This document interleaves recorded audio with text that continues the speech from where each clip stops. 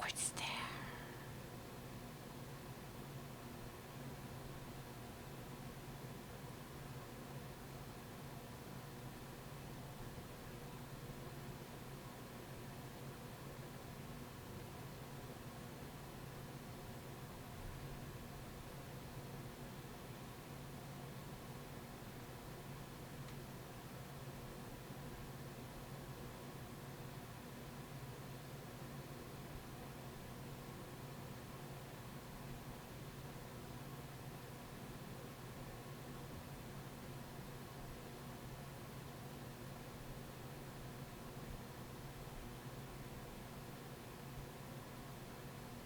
Mm-hmm.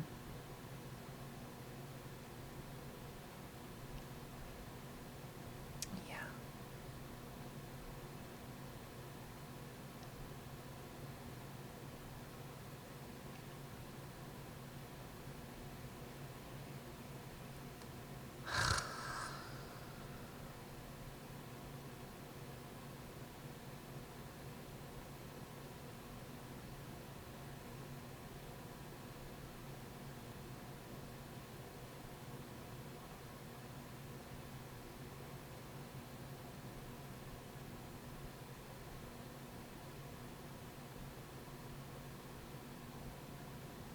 Just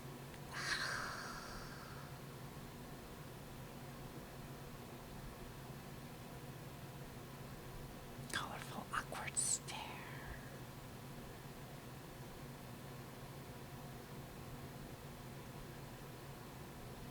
Green, awkward stare.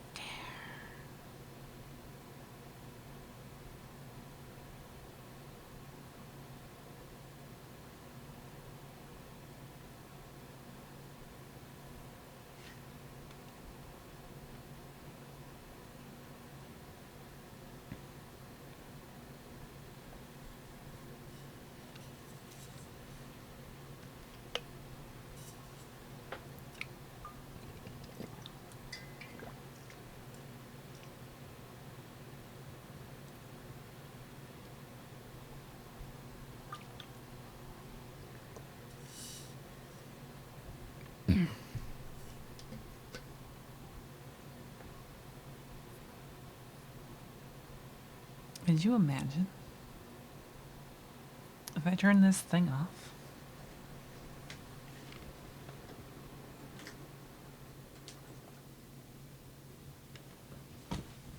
At the beginning of every stream, and then there's quiet.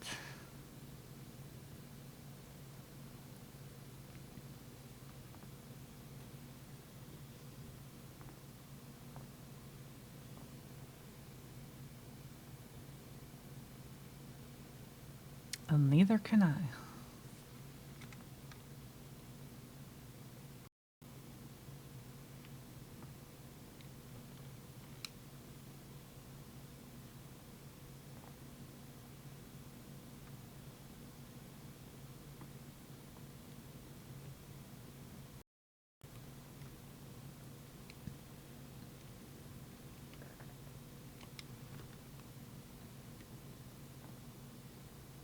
I wonder if I turned off.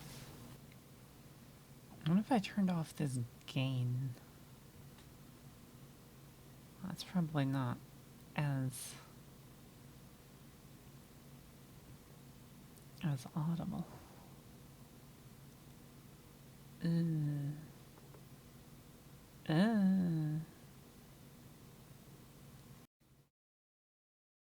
So much.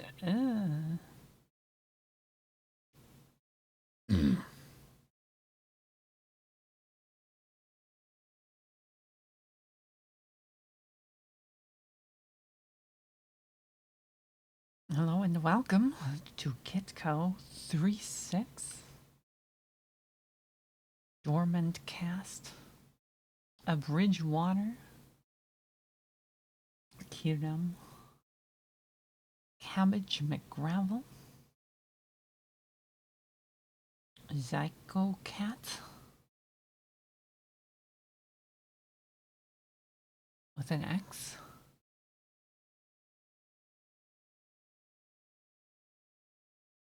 hello,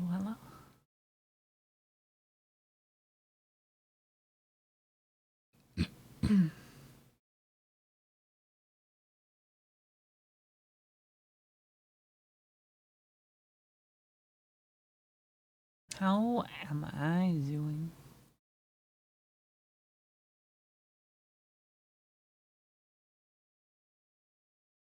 Hmm.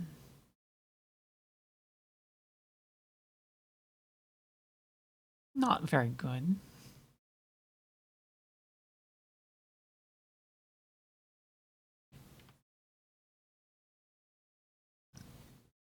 That never stopped me before, though.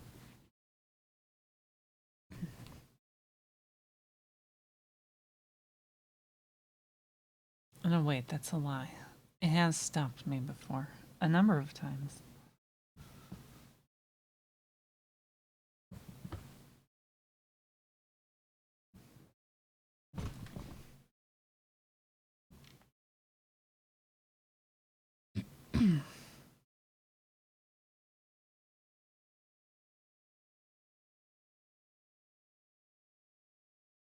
Alas, is unlikely to do something today.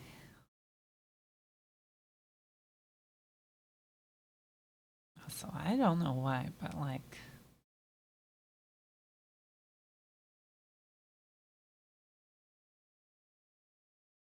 Okay, maybe I do know why, but like, I am very. I'm kind of worn out.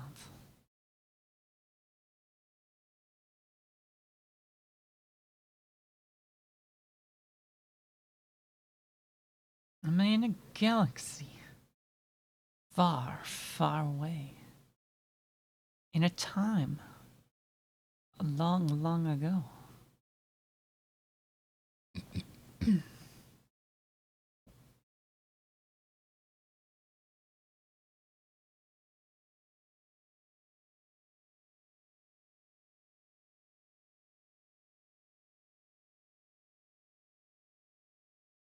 I don't know what I would say. Maybe not. Maybe I am. We don't know.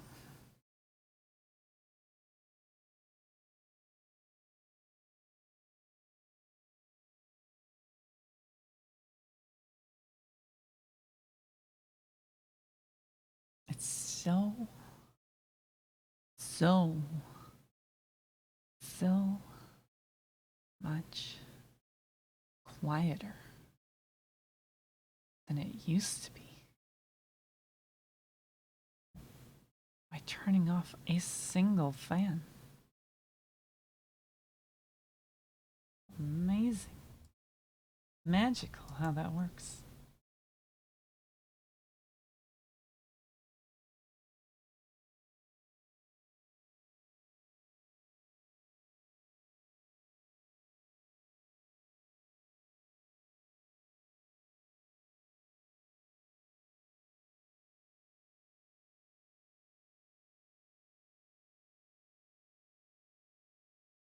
Mysterious, even, one might say.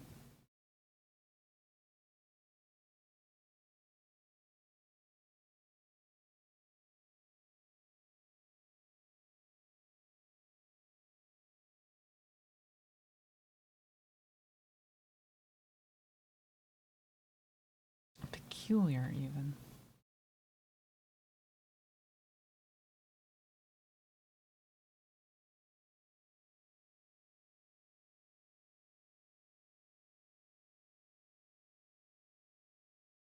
I thought about like trying to keep up a bit with the soundlessness,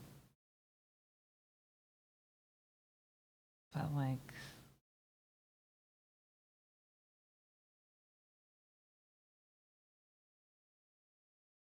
eventually it's just like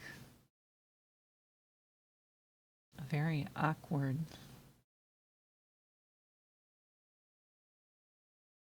Somewhat very awkward. Oh, we didn't say hello to the Azrael IO. Hello, hello.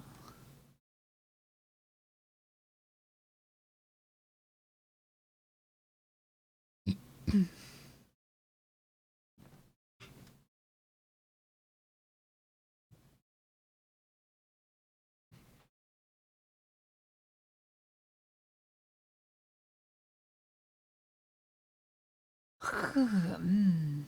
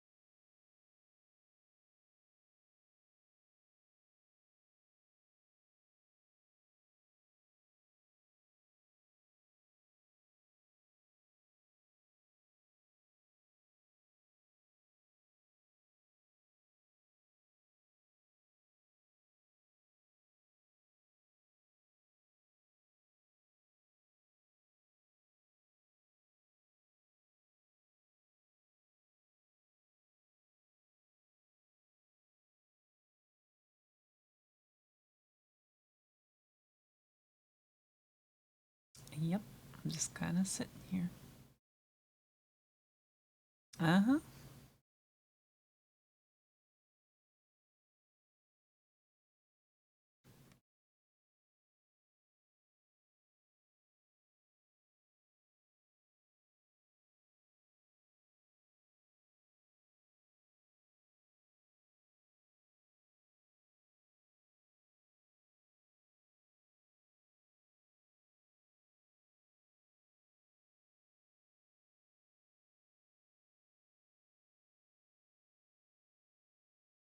Can I eat the glorp?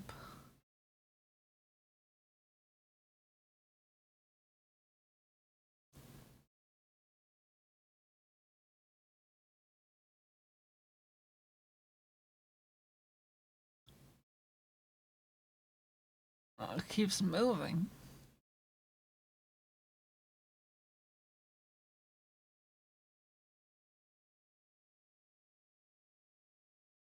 I can't catch it.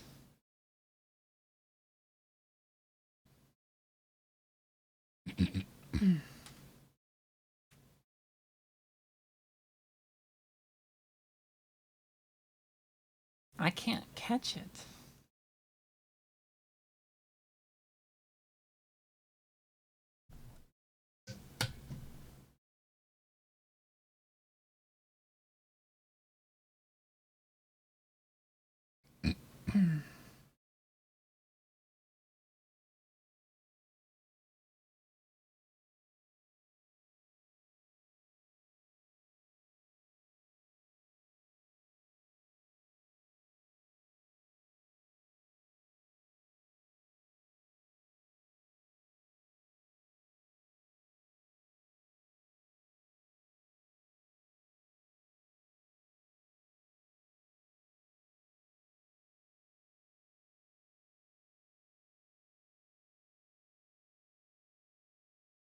Sometimes I just can't catch it.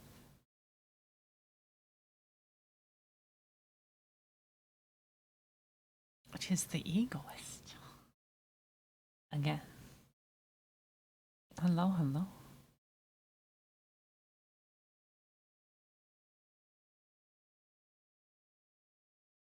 Unfortunately, I regret to inform you that today has been not very good. Very not very good. Hmm.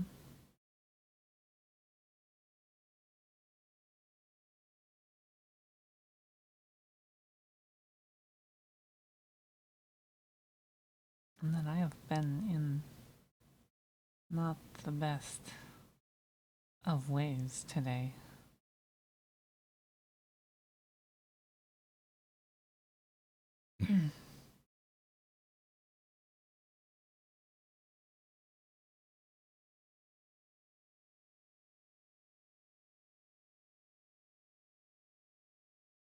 I think part of that carried over from, like, I don't know, yesterday evening, perhaps, maybe, is the crazy kitty.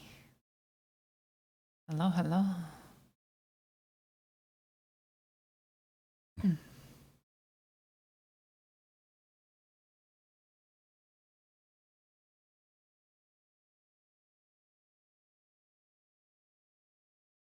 You're looking at the good news source code. If only if it were that simple.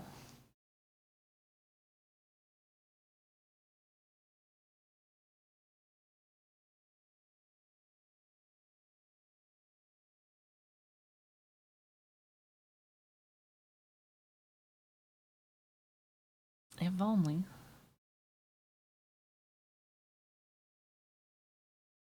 Also, hello. The Ume Kiwi.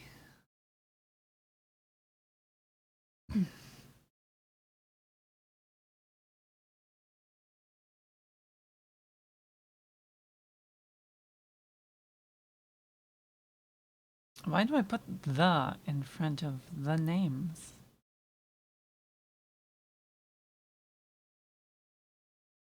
The Maisaka. The Egoist. The Crazy Kitty. The Cabbage McGravel. The Ume Kiwi. The one, the only.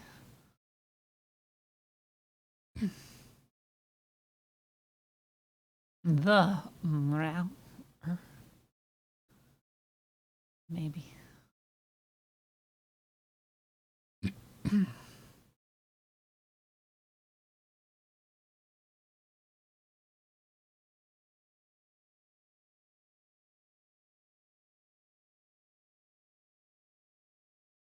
Always the. The. The. The fox. Can maybe not very well.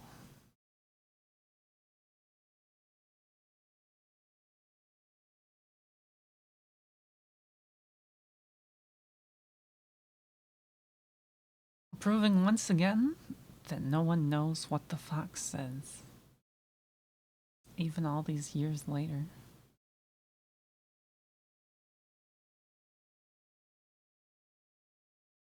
What does the fox say?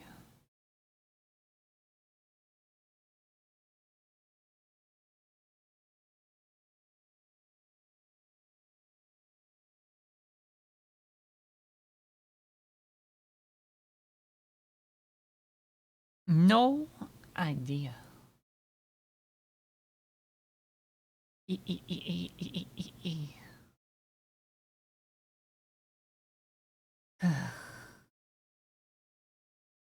Maybe, maybe.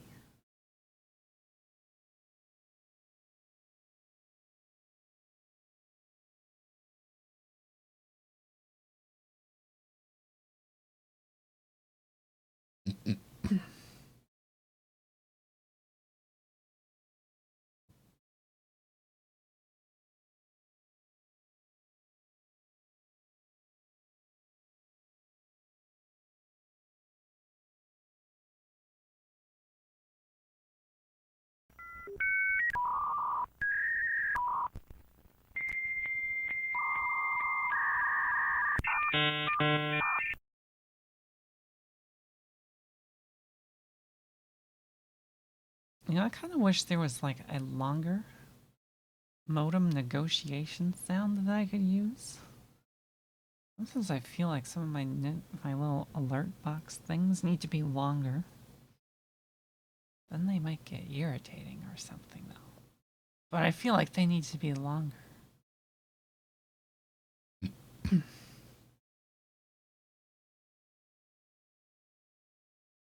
10 hour of modem negotiation. Or your kilobits back. Maybe.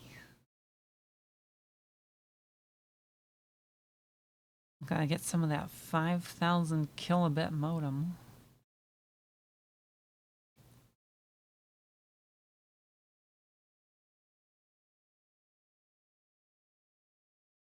No, that's not right.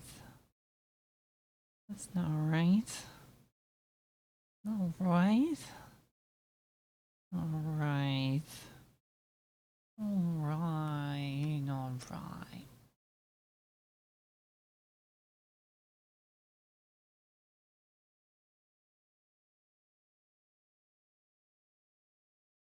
You were asked about Nagel algorithm for roll? What do you mean for roll? And TCP congestion with RIN?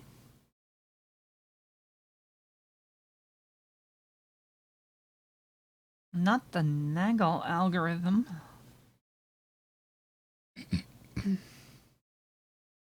Also, hello. To Sinbleed, Shy Assassin, and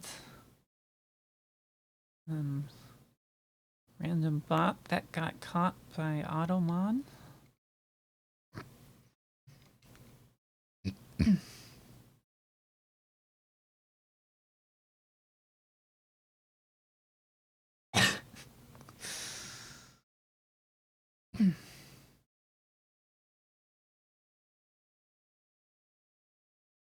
Simple sliding window. I mean, the Nagel algorithm is a bit more than that.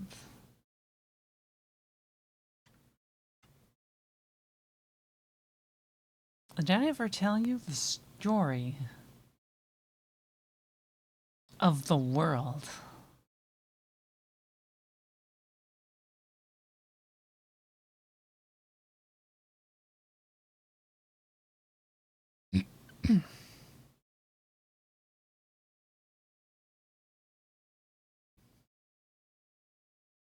The world.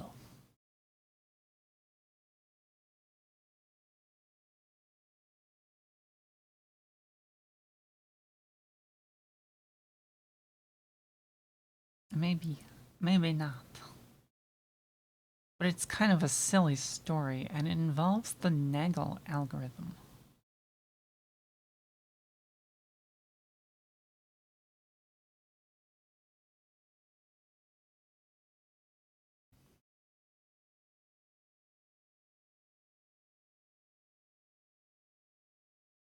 Is it once upon a time, there was a TV series called Dot Hack.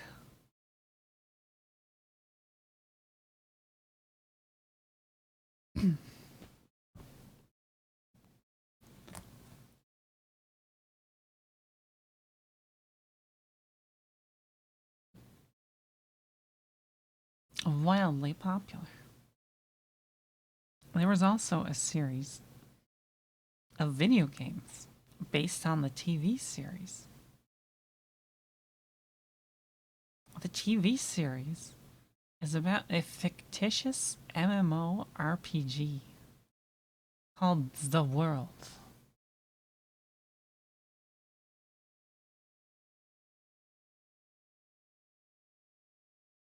This sparked a whole online community to be inspired to make a fan game that would be like an actual MMORPG. The World.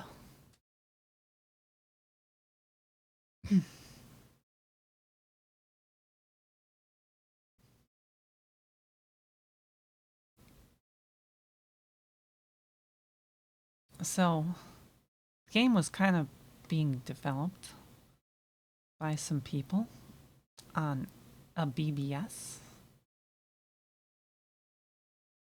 One of those like PHP bulletin board systems. Fitting, because there were also bulletin boards canonically in the show. And they were making the game in like Visual Basic 6 or something like this. They didn't tell anyone this, of course, but if you knew anything about software, you could tell just at a glance that's what they did.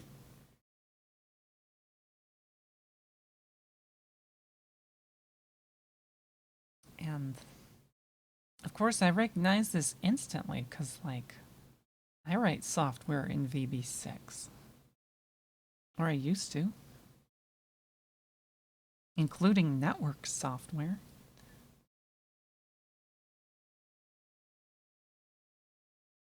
So, being the slightly curious-minded person that I am, I downloaded, like, one of their builds of the game.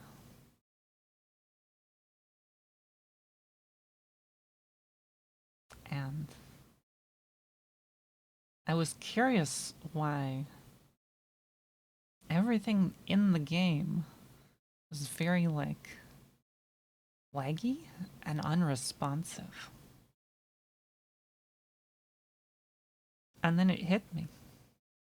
Well, looking at, like, a packet trace, a packet dump of traffic.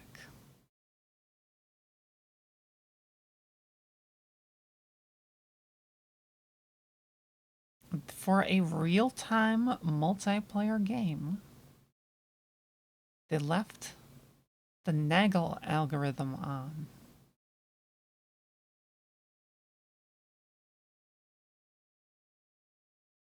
So it wouldn't send packets until it filled up enough of a segment to actually send data.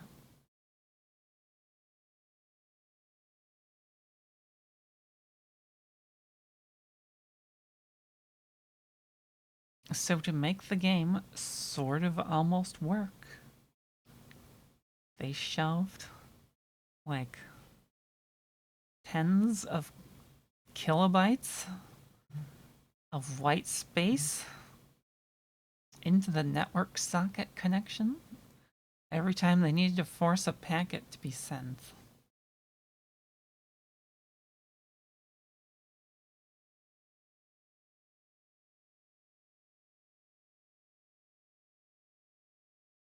And I was looking at this,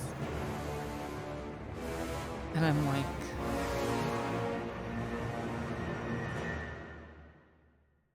do I want to get involved with this project and tell them to make this one setting change and their whole life will be easier?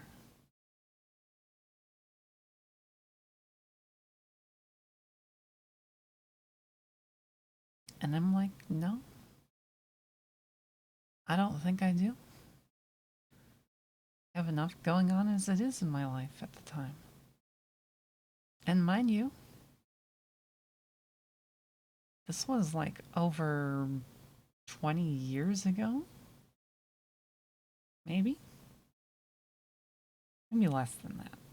It could be pretty close. Or was it? I don't know. It was between 16 and 20 years ago. I don't have a solid time scale grasp.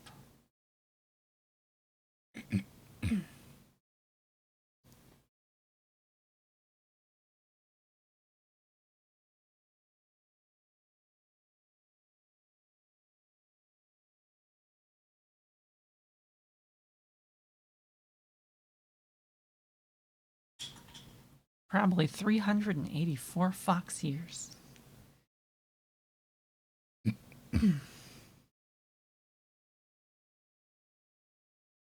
But nobody counts that.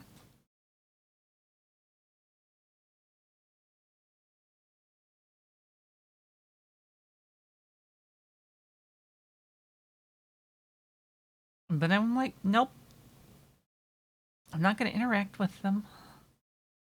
I'm not going to post on the bulletin boards. I'm not doing this again.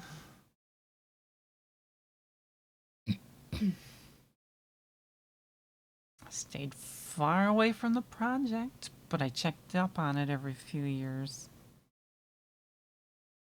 Eventually, they had moved to like Unity or something. I'm like, good on them.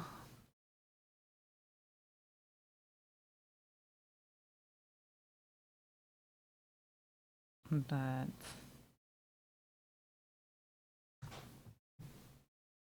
I don't know. I kind of gave up on trying to see where they were going with it.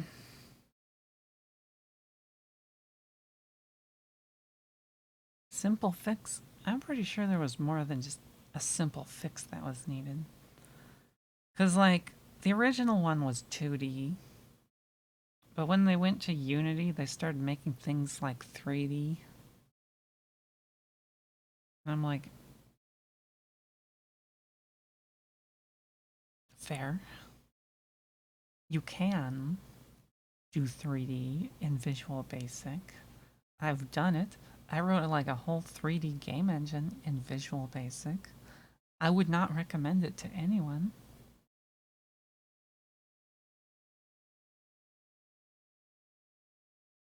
A VB6, mind you. Not even the .NET flavor.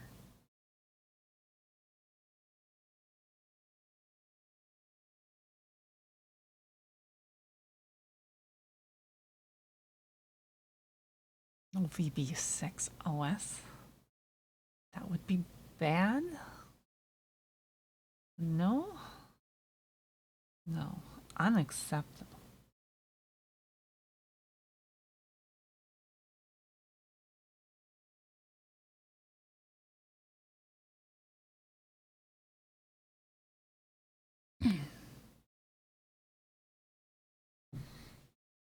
Very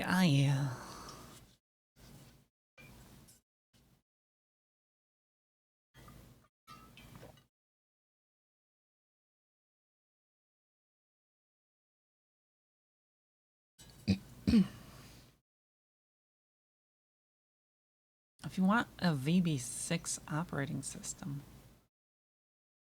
that sort of exists. It's called Windows. We have Windows at home.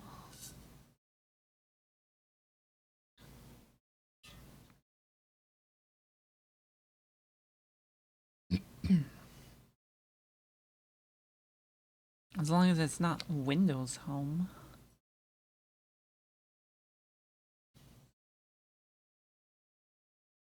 AI.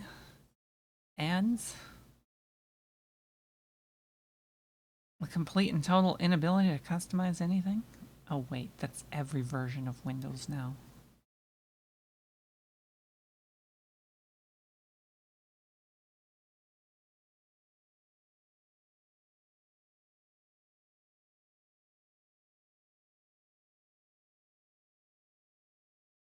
Did you know that in Windows XP,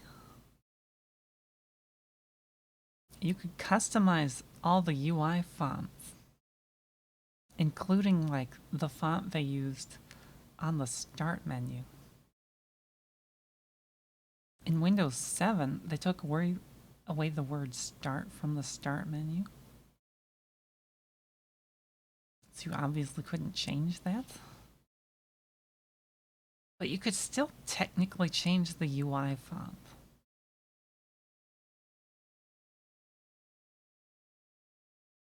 And then in Windows 10, they made the font for the entire UI like completely and totally locked down. You can't change it. You can't adjust it in any way. You only get one setting, which is like font size. And you don't even get full control over font size. You get big, medium, and small. And that's it.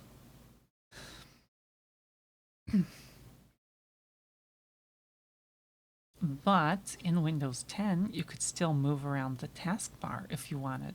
Like you could put it at the top of the screen. put it at the side of the screen. But in Windows 11, you can't move the taskbar anymore. It stays glued to the bottom of the screen.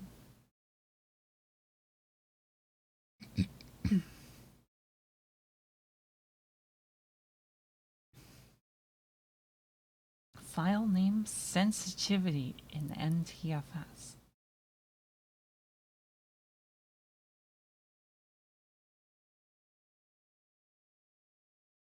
NTFS is a very peculiar operating system, like file system.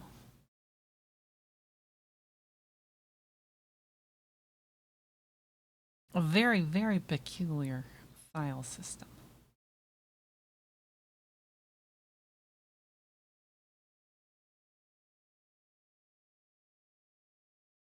But yeah, attributes like that. Those get attached to a whole bunch of different things.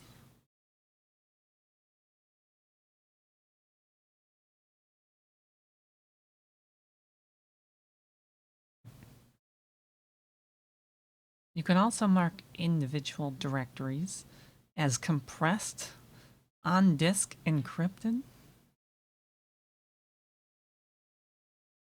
like a few other random things.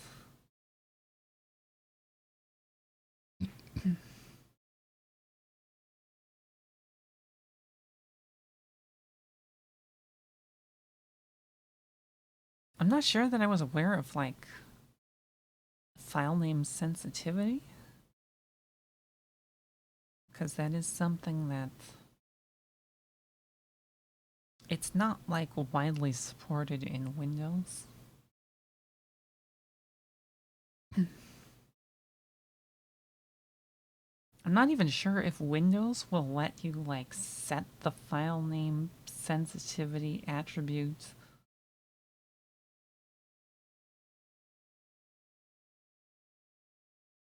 Because there's like another layer to that. Like Windows applications usually use the file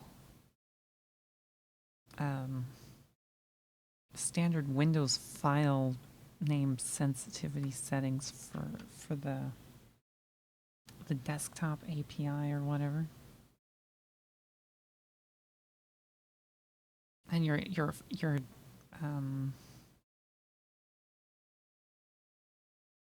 you can actually open like you can actually have it treat file names as being case sensitive at the application level instead of the file system level.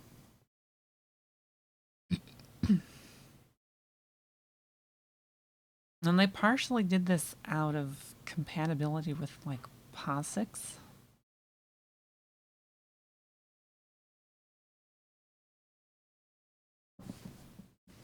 That's another thing.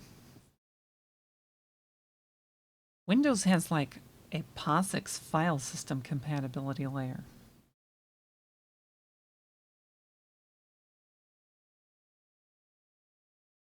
And when you open files and edit files in the POSIX file compatibility layer, you can use the so-called reserved names. So you can call a file aux, AUX, in POSIX mode.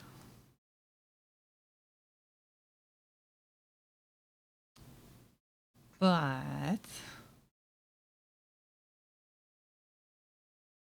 you can't open that file from non-POSIX applications because that's a reserved file name. So unless you have an application that opens files in like the highly exclusive POSIX namespace file access mode thing, it's just you just can't you just can't edit. You can't edit the file. You can't open it. Was it no?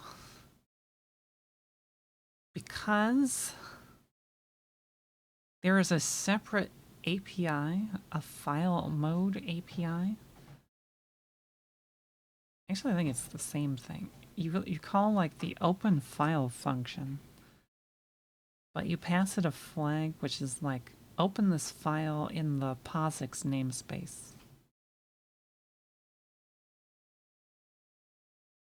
So it applies a set of like file name decoding rules that are different if you pass in this one flag.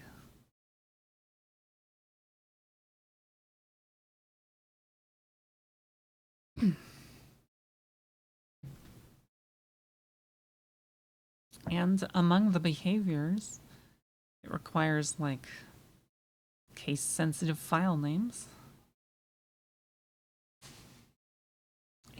It lets you use some of the reserved file names.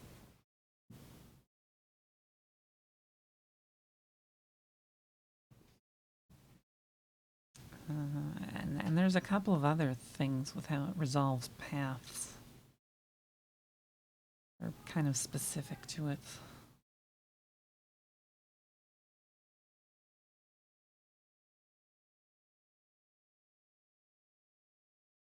It's all super weird. But I came across this one day when somebody named a file aux.something, committed it to like a Git repository,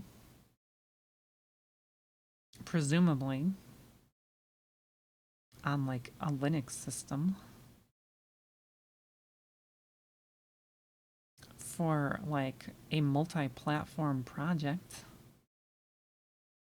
And because I was working on like part of the like one of the Windows ports, I check it out. I check out this file. The name aux. It puts the file in the directory, and I'm like, I can't build the project because the compiler can't open this file.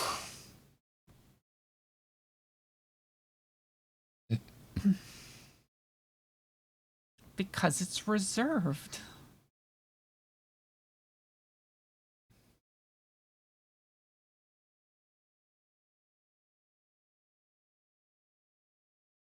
So the file had to get renamed.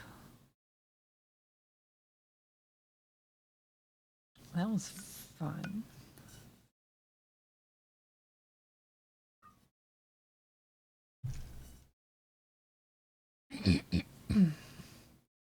You know what else is fun? The fact that it said starting soon for like 48 minutes.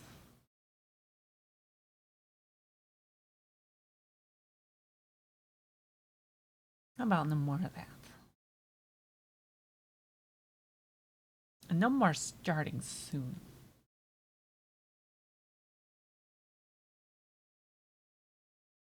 I'm in the sideways thick of it.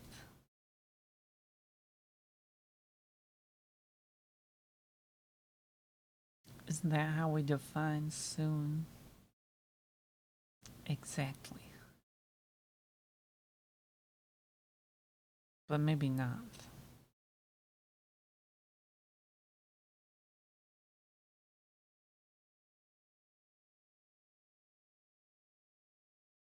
Because I didn't put like double quotes around it. So I'm not sure if it's actually soon, or maybe soon, or sort of soon, but not quite soon enough to be the actual soon.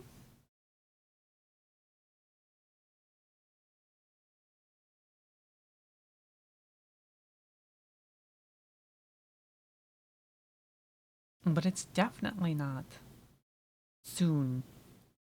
Dere. Soon. Tsundere.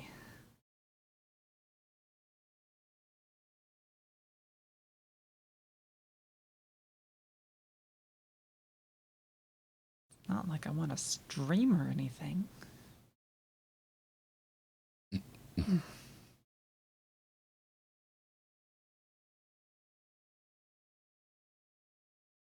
is the Moelon.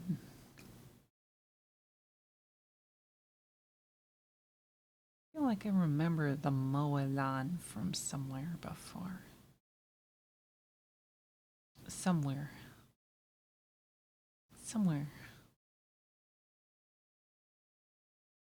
Somewhere. Somewhere. Sometime in the past.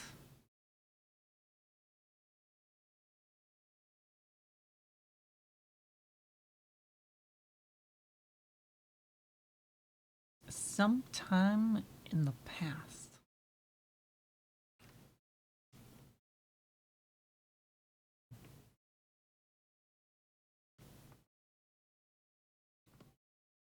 Imagine. Bad apple.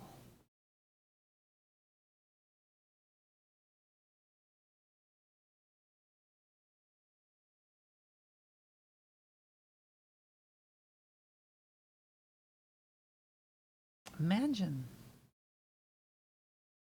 Bad apple.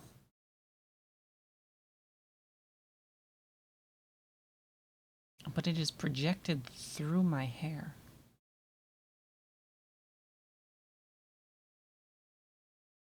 Nobody can imagine such things. Bad apple isn't real? It can't hurt you? Probably. Probably.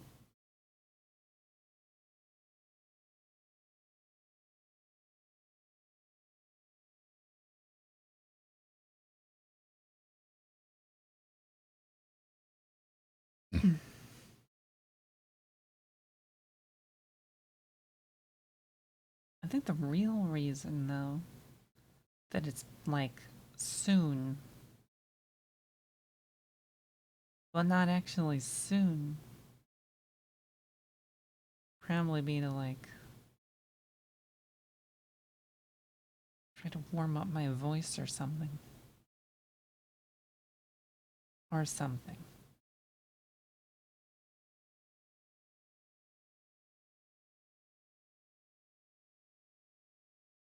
Not that that's been helpful for me at all. Because it kind of hasn't.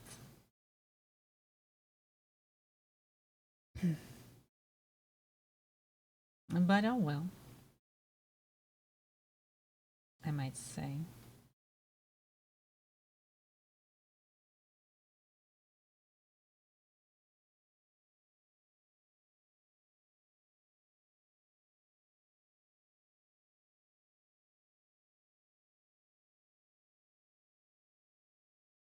Some tea. Some tea.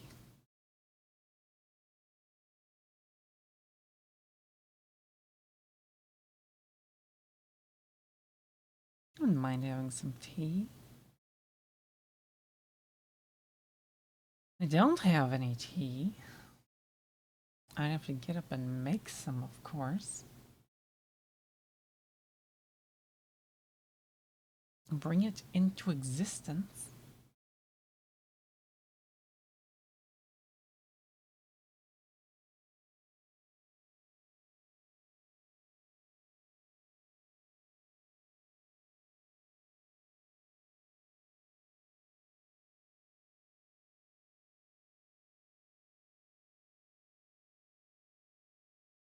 Suggest a song.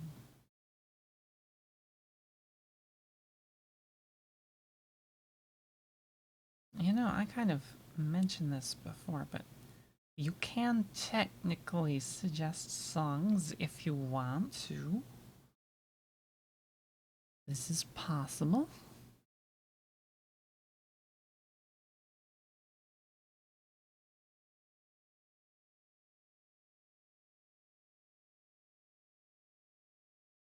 You didn't delete your tracking data. I don't need parameter si equals dlxply6w02ebe72j. That's extra floof.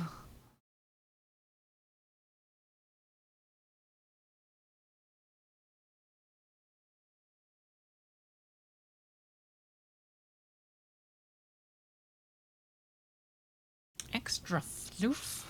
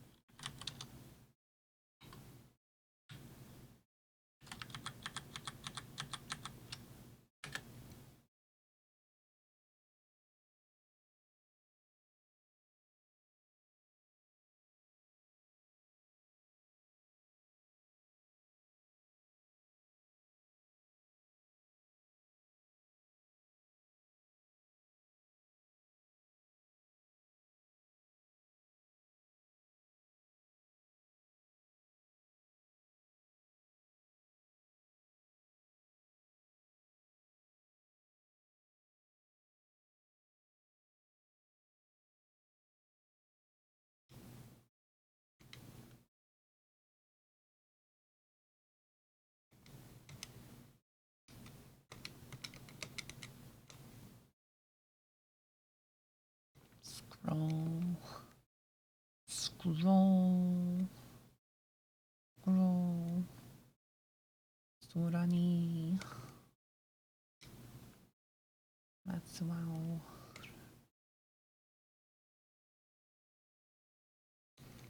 something something Hatsune Miku. It's got Hatsune Miku in the name. Means it's gotta be good, right? That's how that works, right?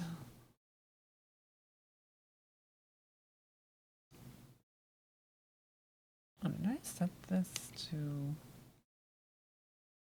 let's see, output device. So we have to pick that. I never did that. I didn't even run music today at all. I was just like, nope, we're just gonna silence. I'm gonna sit in silence for the next hour, apparently. Yeah. Where are you at?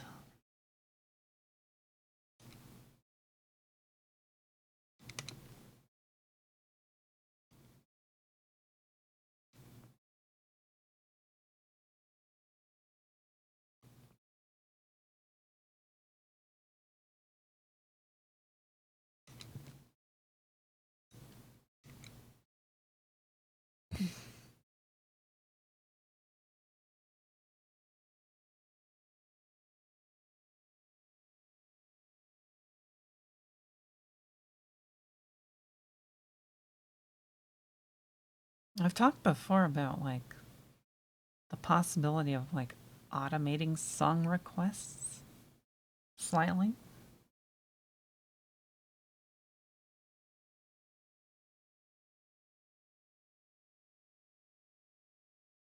And then never followed through on that.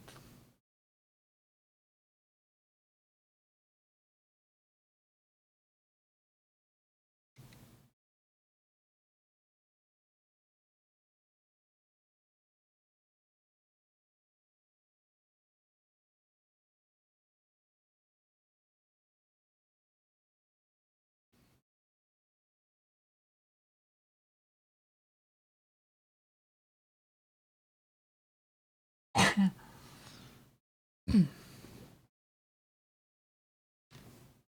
playlist. I don't even listen to all my playlist. My playlist is a subset of my media library.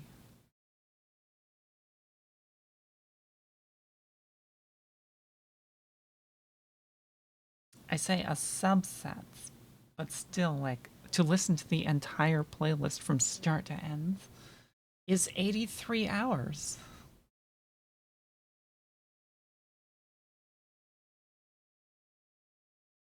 And that's not even all the files.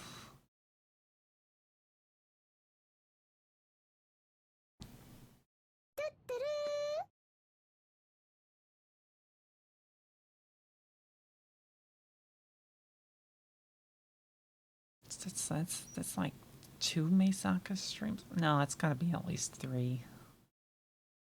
At least 3. I have standards.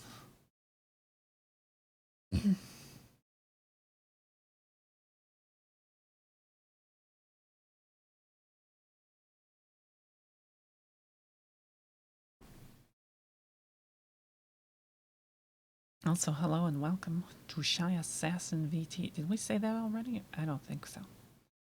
And Sky Gray TV. And Analytic Mind.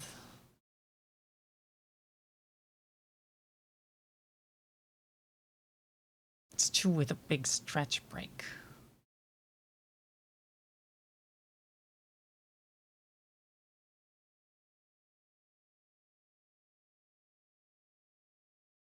Oh, we might have to throw a few coffee breaks in there as well.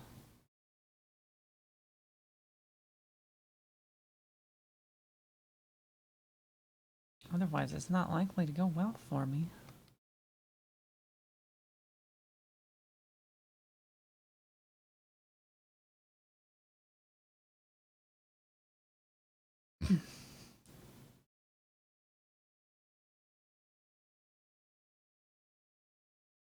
Do I want to leave the playlist running? Or do I want to go back to silence?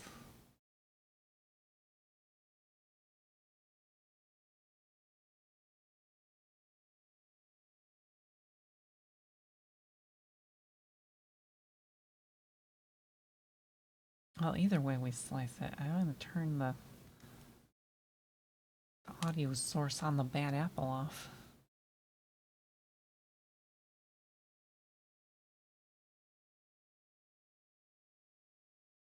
Also, I'm like... I was thinking about this the other day. I'm like, why do I have 8 audio input sources?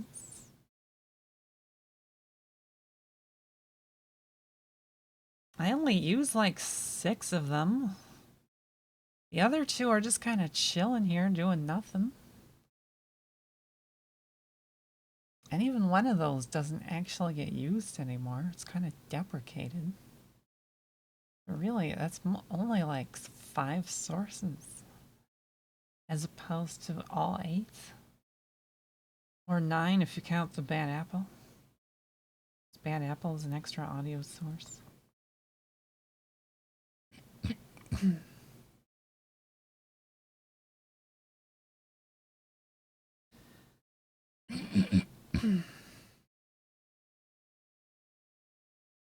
I might need that tea. I don't think my voice is gonna be like stable.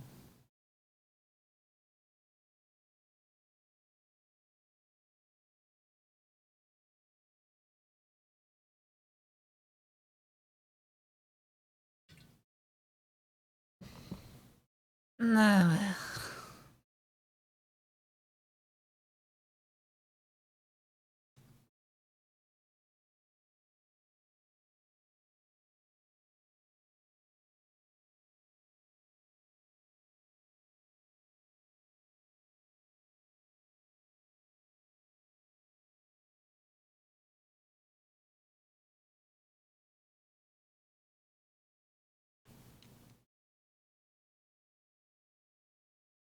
Why is this down here? Anyways, I have to get up to make some tea. How much bad apple Mesaka do we have? Maybe 3 or something minutes? I don't know. I might have to throw in a free bad apple Mesaka upon returning.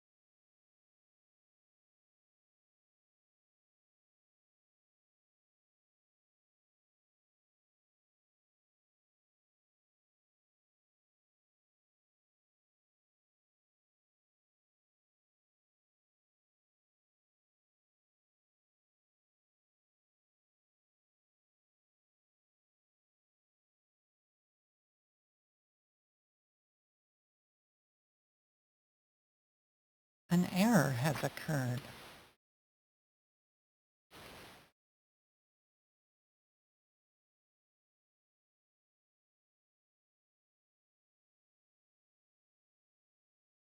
An unknown error has occurred.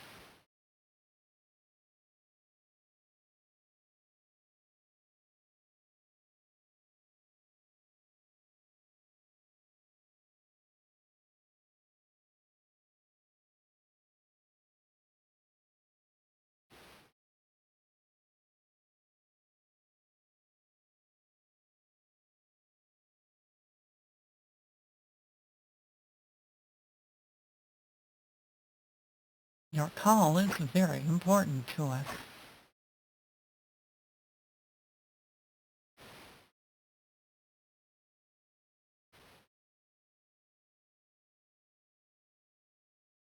Please stay on the line for the next available representative.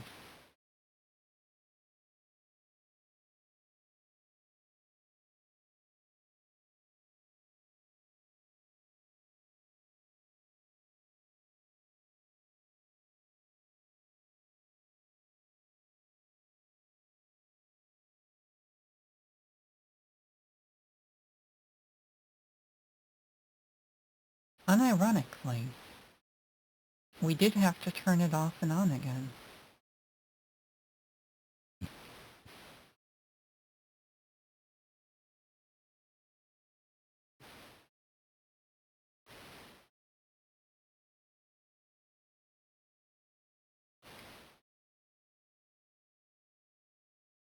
Return to sender.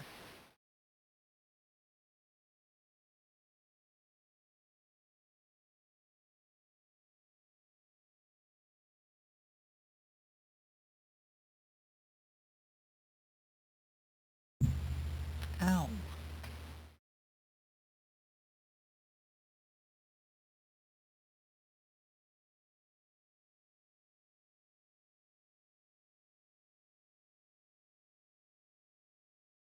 Not enough ow.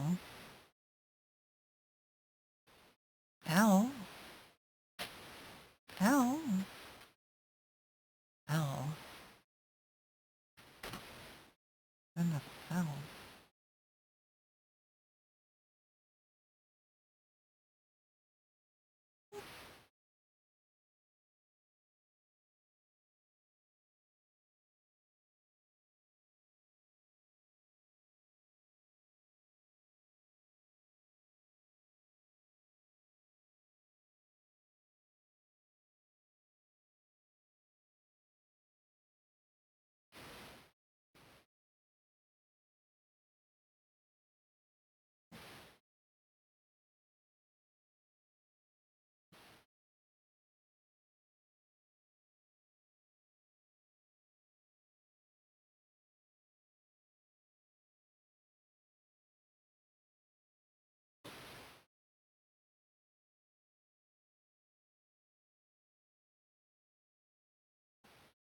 Wasn't done with that.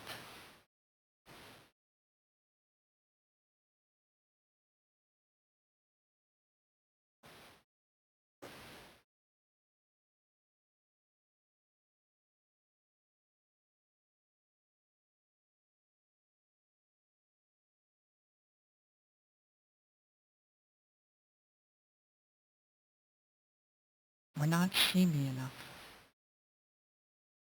We need more.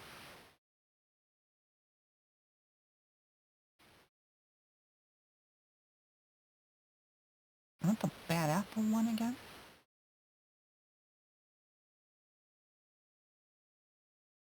Maybe?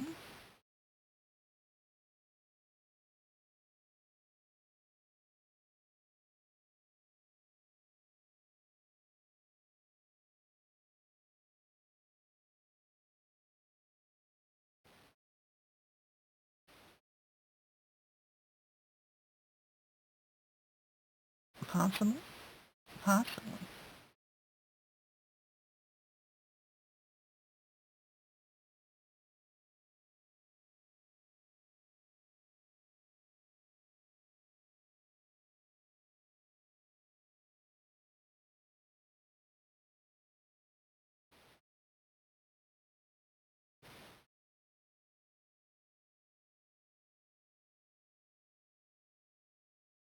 Sometimes I think I should just go to like the chatting category.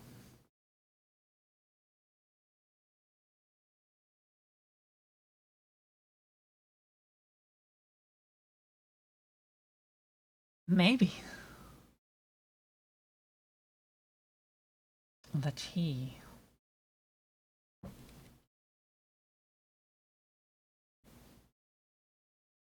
I made myself some more chai.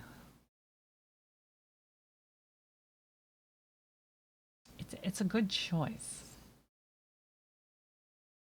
But also, I don't exactly have a whole lot of choices.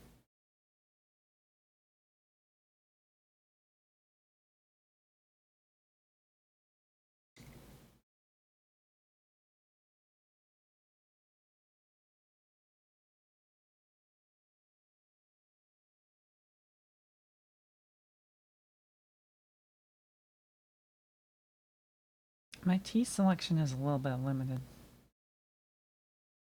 I think I have like 3 options to pick from, basically.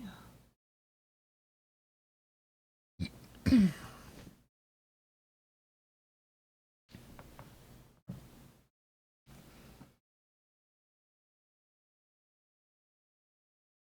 chai is far and away probably one of my more favorite options.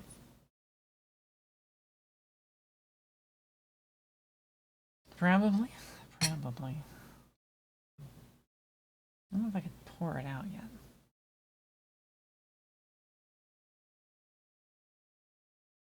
Did you know that some of my playlist items are videos?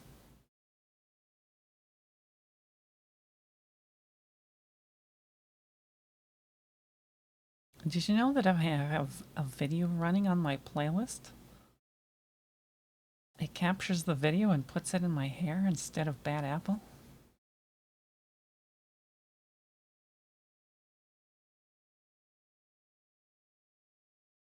Some are more striking than others.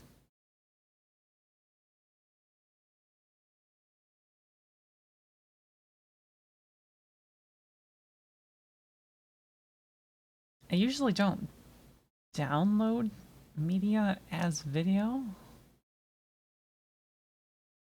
but technically any song could be. Especially if it has a compelling music video behind it.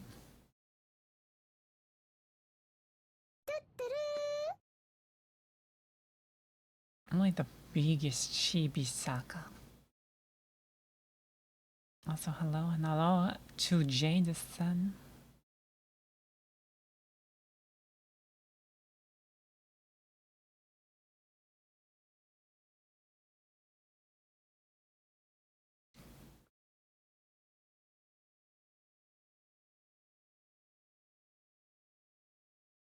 Do you have any other videos? I guess the next one is also technically a video. Technically. Technically, I don't know how good of a video that would be.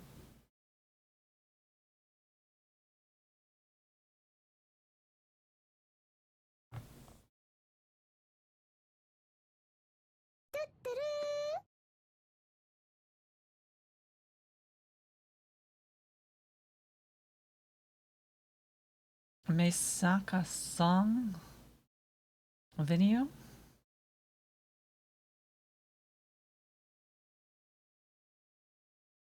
Is it a song that is sung by Meisaka?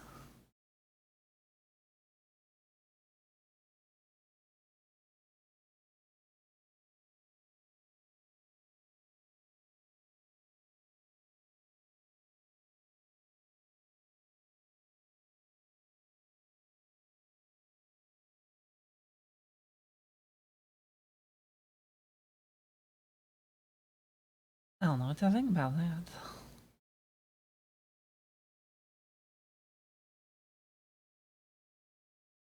As much as I could probably sing something,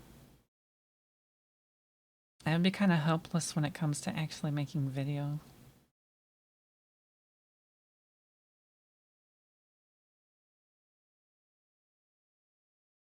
Let's just say that video is not one of my strong suits, despite literally being like a live streamer.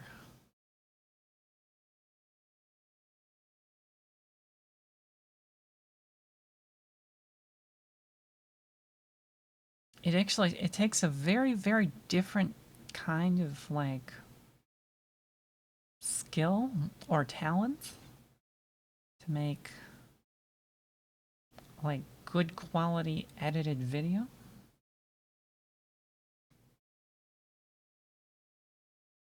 And I don't feel like I have that skill.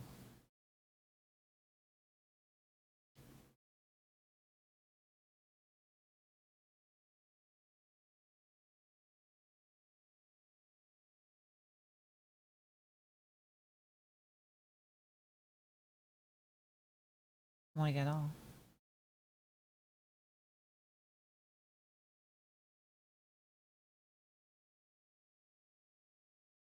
I mean, that might not totally be true. Like, I did clip a bunch of things together once or thrice, but like, I don't know. Let's just say that I have a lot of strong doubts about my ability to actually do that kind of stuff.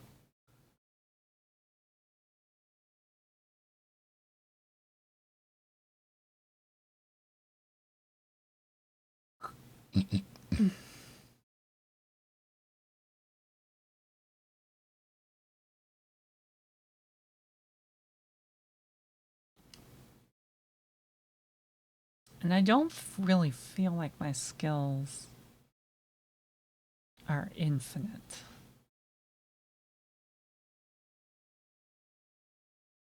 Like I would say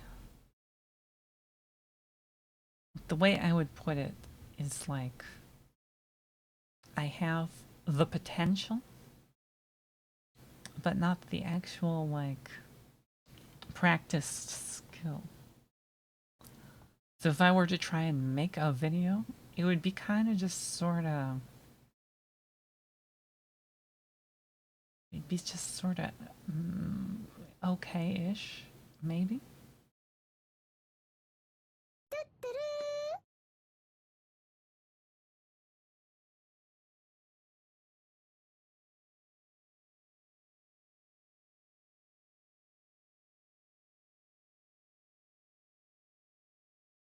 Just sort of okay-ish.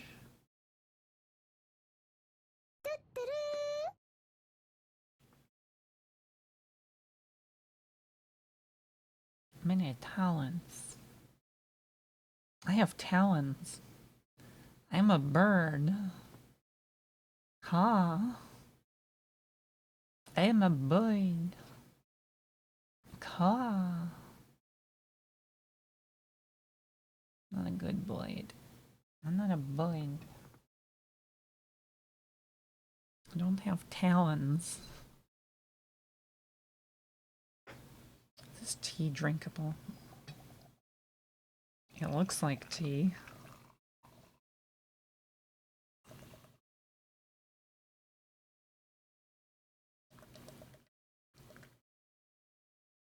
It's like very hot tea.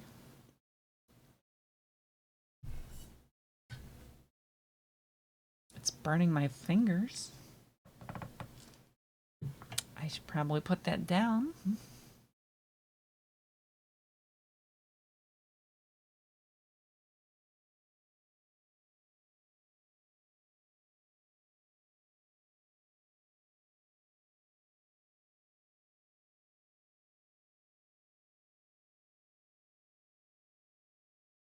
The die hath been cast.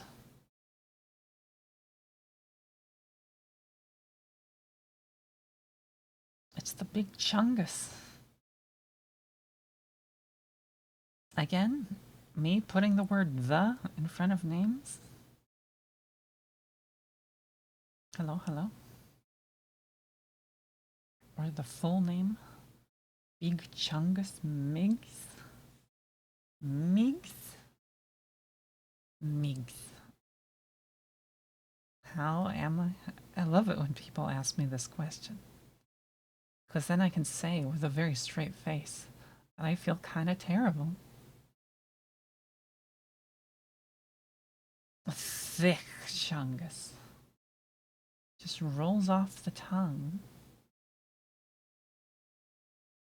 It just rolls off the tongue.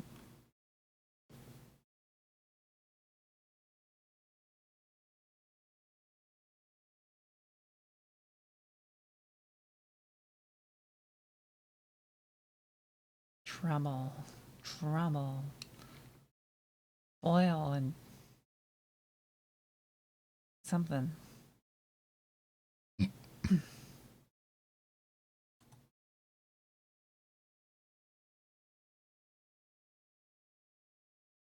Couple of things bother me. One would be exhaustion. I mean, that's kind of a frequent thing that happens, but like, I felt it more over the last day or three than usual. And it certainly doesn't have anything to do with me walking for 3 hours. Definitely not.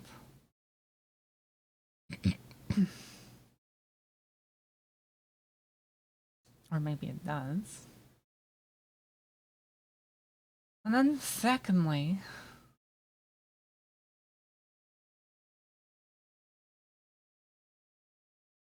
I would say probably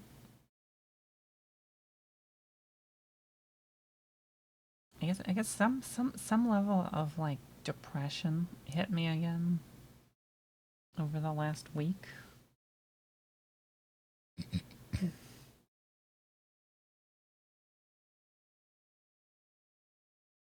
So I've been trying to like self-correct on that. I've been trying to deal with that. We have ways of dealing with that. And then I think part of that is also connected to, I guess, just a little bit of like how I have quite the to-do list of things that need to be done, like off stream. It always feels like I have something that needs to be like submitted or taken care of or processed or worked on.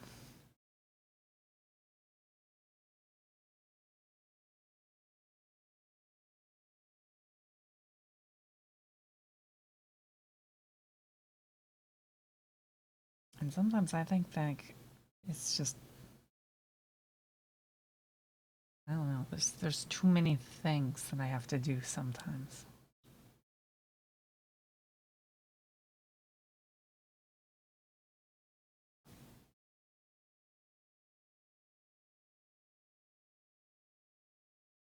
Maybe that's where the exhaustion is coming from.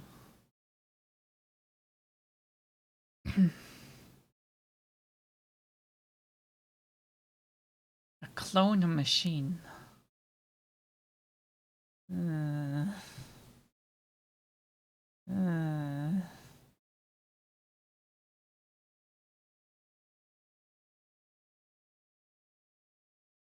That won't help though.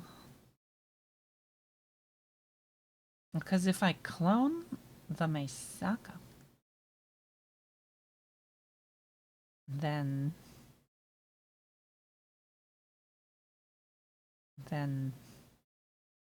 instead of having like, instead of being like depressed all the time,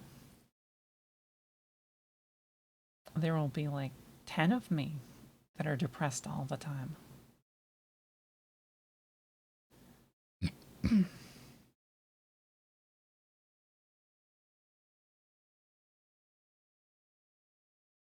Which I don't think would help me.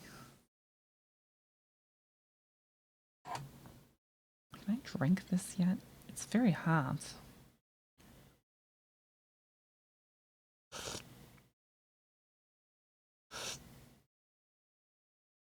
And that's the other thing.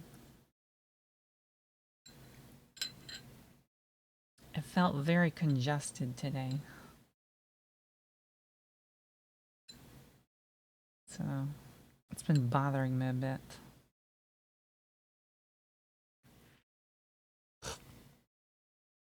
Which is why I made some tea.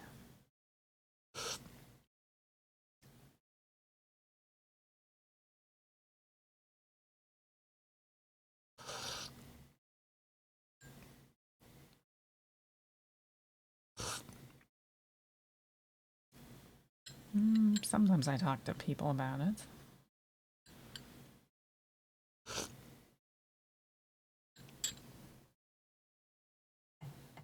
With some of the more public things,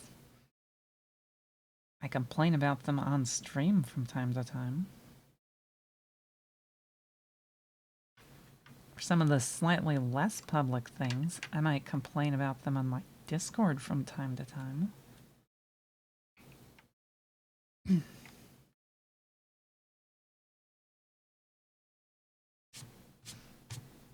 And for the less public things, there's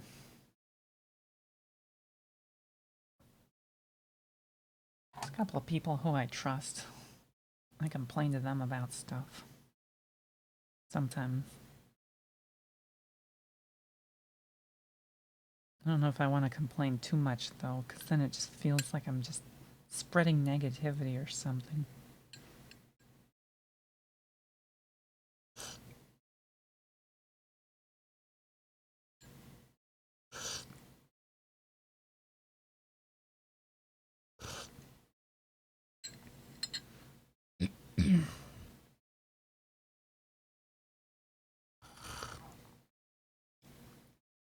Still very, very warm.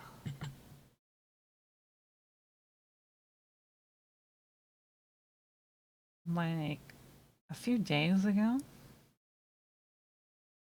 I think I might have mentioned this, but like I hurt one of my fingers trying to open up some plastic packaging.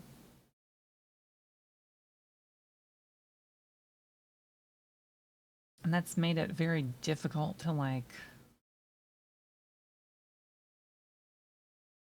I don't know, just do stuff.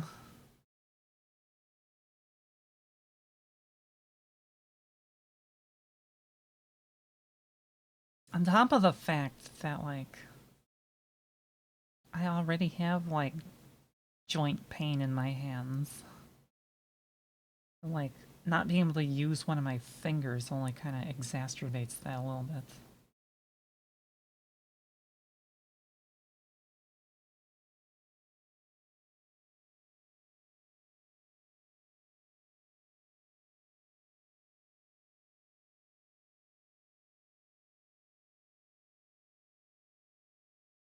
I mean, if it's any consolation, or maybe as what I might consider like a plus side, like my finger doesn't hurt.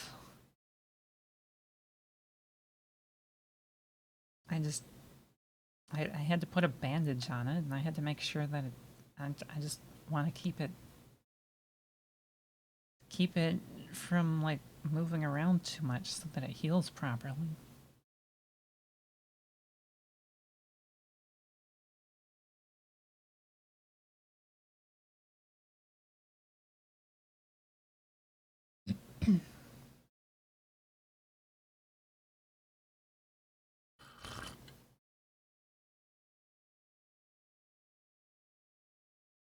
But it makes it hard to like type or pick certain things up.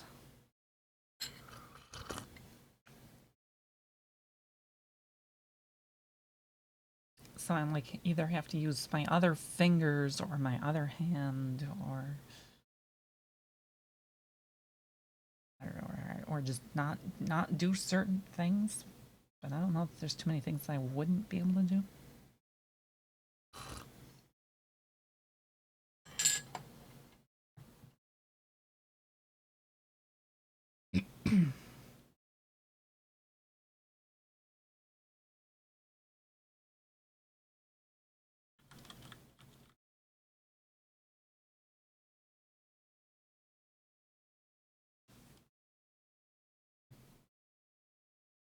The tea maybe helps.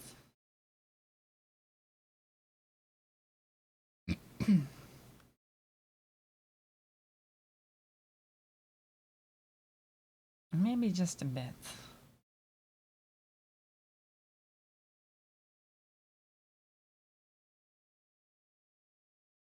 Look at this big blue empty screen. This is basically what I've been staring at for the last 3 hours.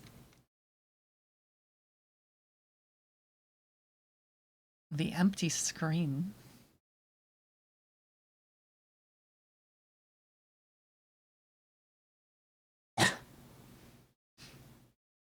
Yes, believe it or not, it's blue.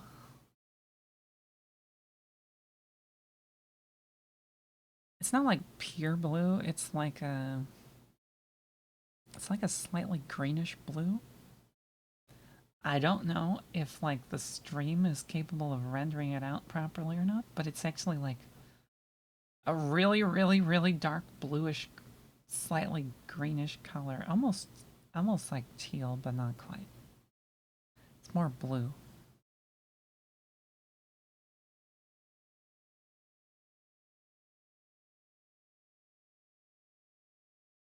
My finger will be fine. Probably back to normal in another day or two.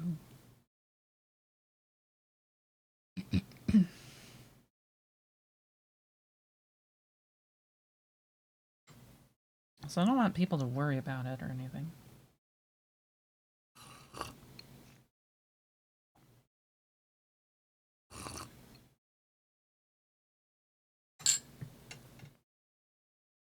Calibrate the monitor?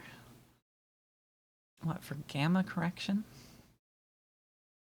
You know, if somebody walked up to this and looked at it, it'd be like, oh, that's like almost black or dark gray.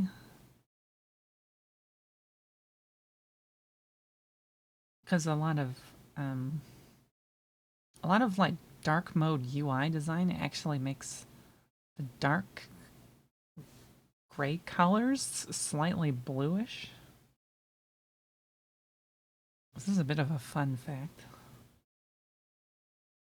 A lot of the dark mode will actually use dark blue instead of dark gray.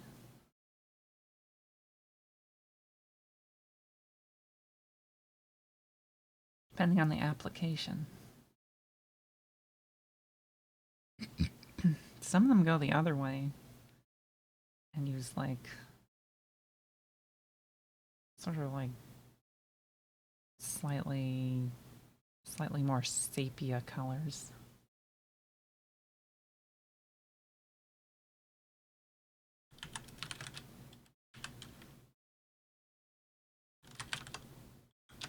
But yeah, if we go into config, color, background is 000E16.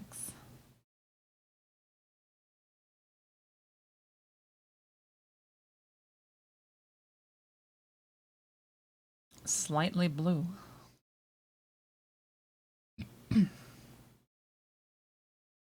With a hint of green.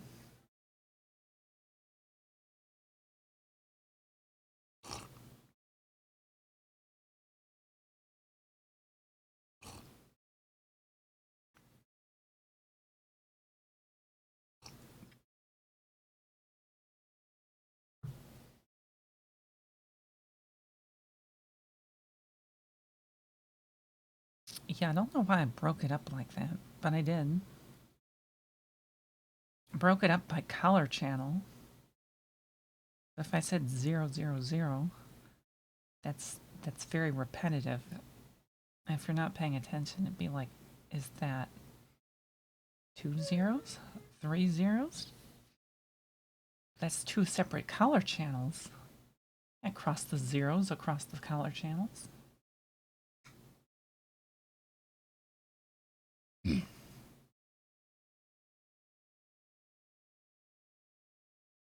Or can we?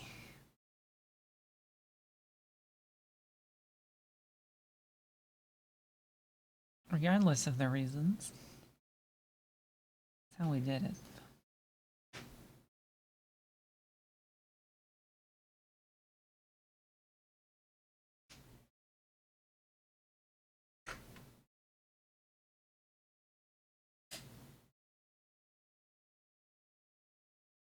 Blink interval, 200.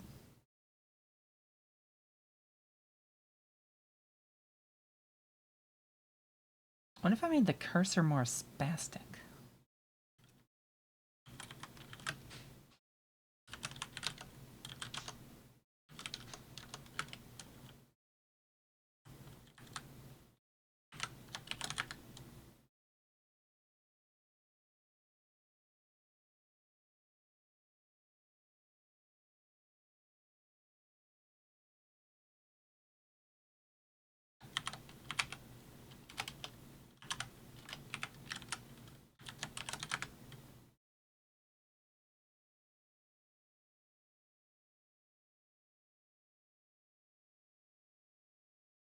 Okay, I think that's excessive.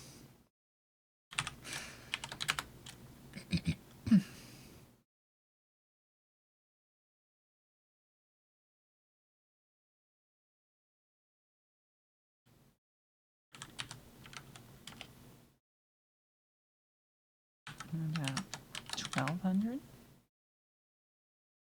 You know, that's actually not too bad.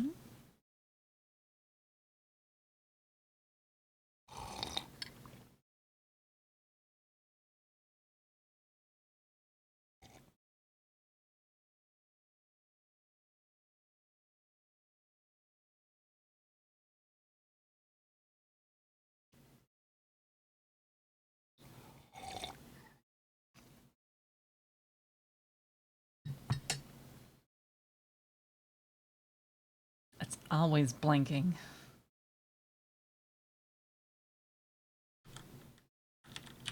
Brain implosion energy. 40.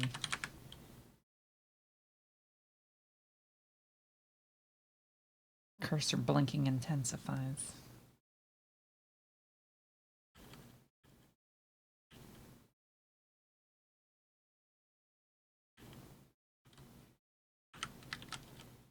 Be a little bit too much.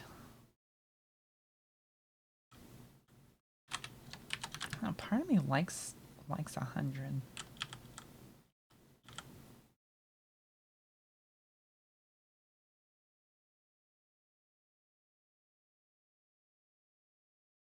Static cursor? Well, I mean, this is the blink interval. So, like,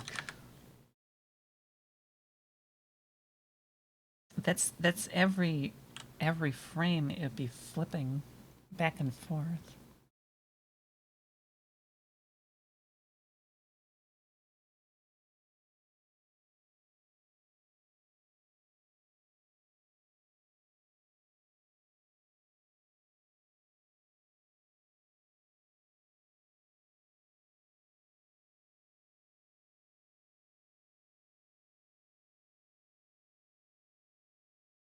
The thing is, though, I don't know if the capture card actually runs at 60.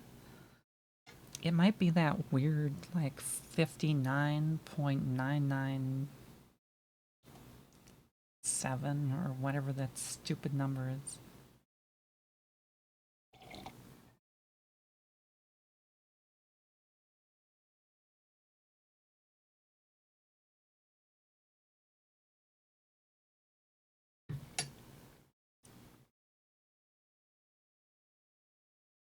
You know, if there's one thing I miss about, like, CRT monitors, it's the fact that I could run them at 75 hertz.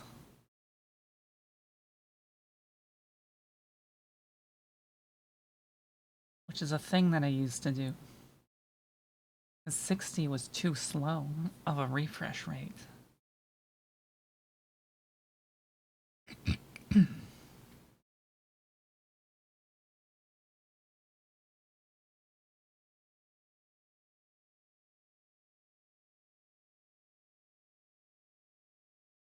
We had 75 hertz monitors in the early 2000s. And we gave this up for liquid crystal.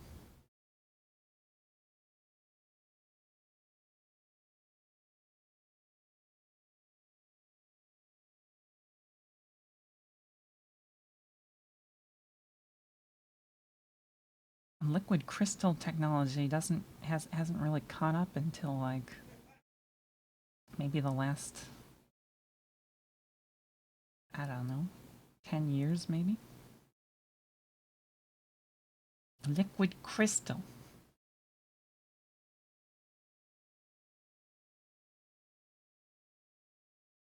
Yeah, the LCD and in the LC and LCD means liquid crystal.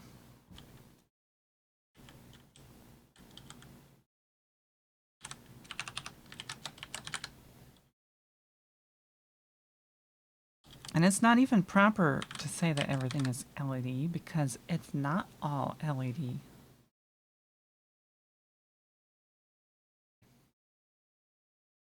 Are you familiar with the term IPS? These are like high-end displays, as they are often quoted. But like, IPS is a form of liquid crystal technology. It describes like the way the crystals are driven. Plasma still sort of exists, but like it's far less popular because the plasma cells have a very strong tendency to burn in.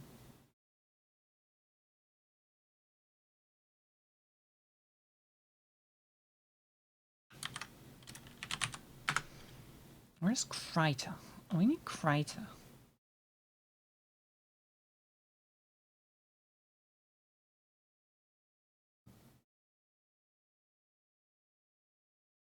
And your typical display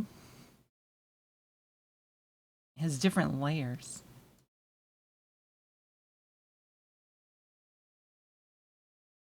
It would help if I had like a color that I could draw. So you have like you have like an outer layer,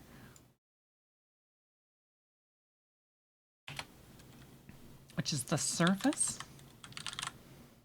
It can be either glass or plastic.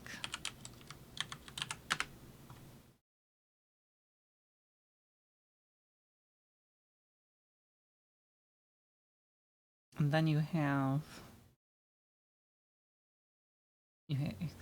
a vector layer, which is not where we want to put that. The pizza. Pizza. I had some pizza earlier. And then you have this crazy sandwich of stuff.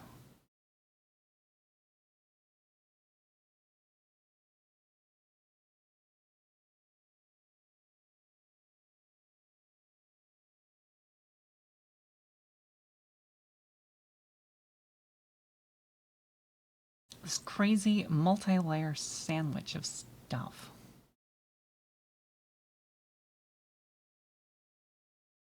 So in the front of the display, you have what is called a polarizer.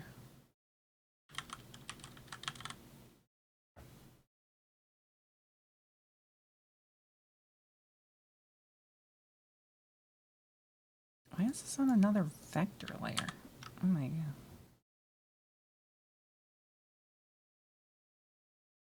Sandwich of stuff? And then you have an electrode slash driver.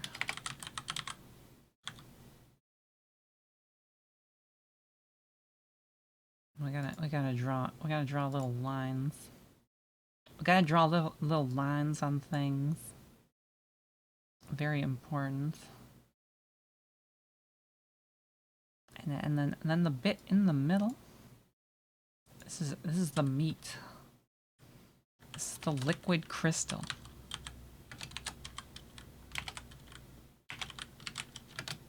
The liquid crystal matrix.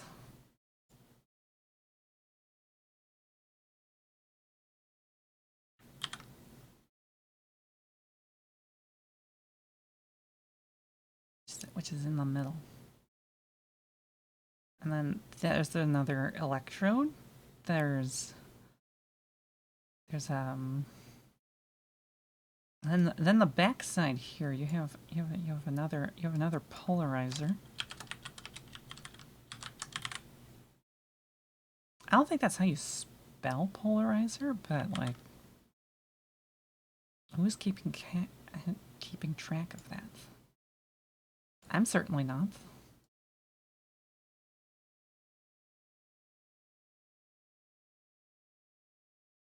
And then behind that, you got this like, this fuzzy layer. I can't draw without turning the mouse sensitivity all the way down. What is wrong with this mouse? E. Fuzzy layer. Technical term. Whoosh.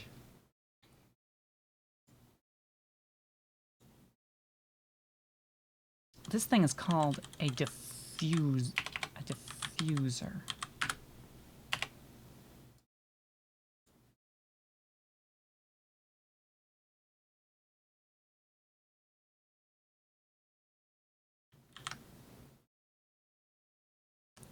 That's kind of very important. And then behind that you have a light source.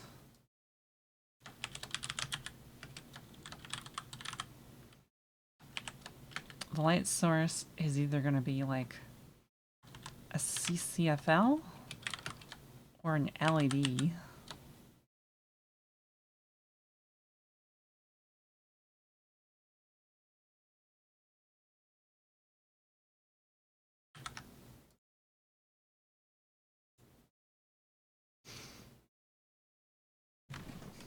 So in the matrix of liquid crystal, you have like all these like weird jumbly particle-y things. Technical term. They're like all jumbled and messy and all over the place and whatnot.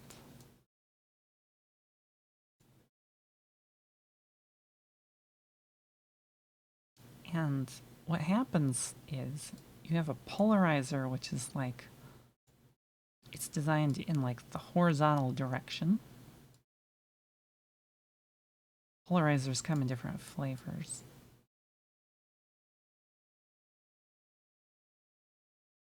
And then you have the opposite kind of polarizer on the other side of the screen.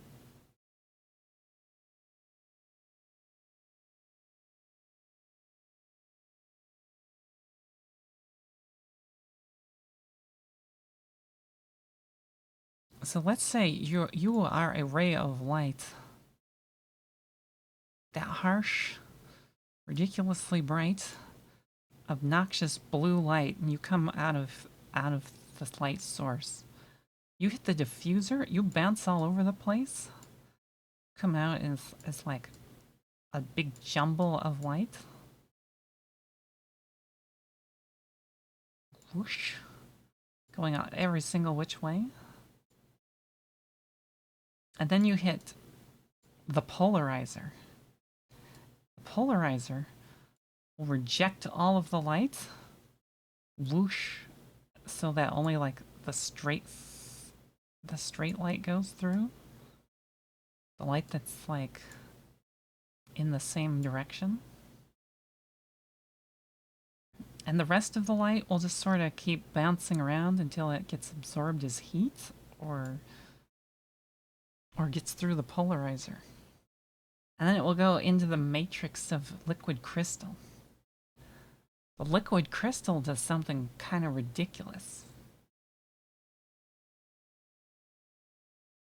If the liquid crystal is on or off, it will change how the light is polarized. So if it's off or something, the light will just go like straight through it.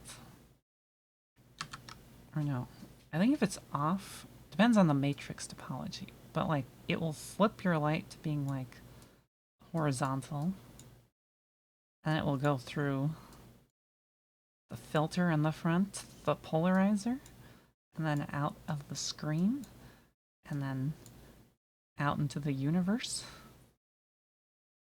But if you apply, like, I don't know, electricity to the electrodes, zap,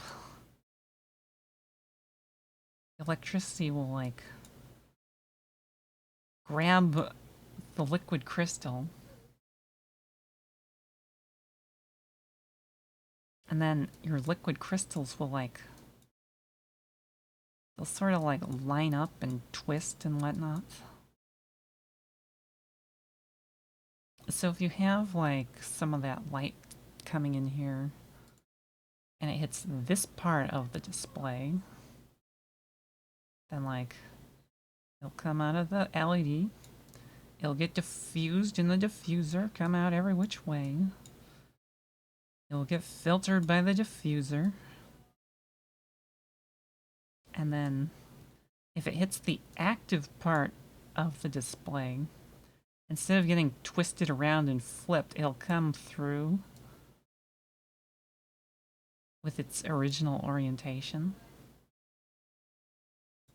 And then, because it's the wrong shape, it will hit the back of the polarizer on the front of the display, and it'll get stuck here. It won't be able to get out. This part of the display, where it's off, this shows up as like a very bright pixel. On this part of the display, where it's on or something, is darkness.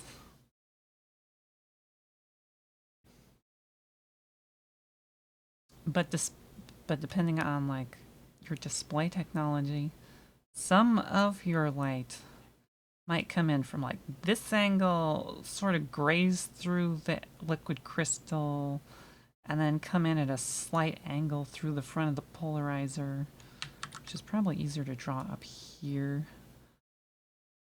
So it will like whoosh around, and then like a little bit of light will get through. Which is why, like, if you are looking at the screen from like this direction, then like you can sometimes get like little bits of light that leak out at weird angles. Usually it's up or down.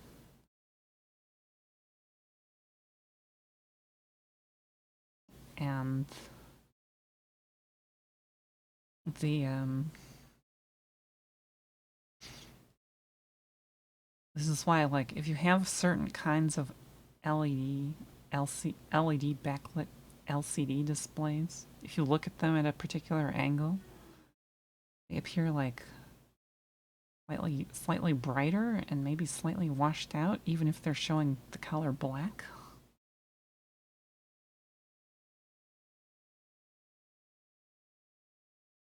As for how I learned about screen display technology, I probably read about it in a book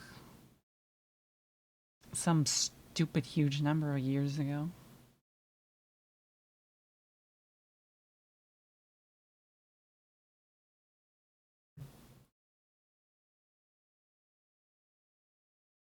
I also had like an LCD screen that I had, and I took it apart once.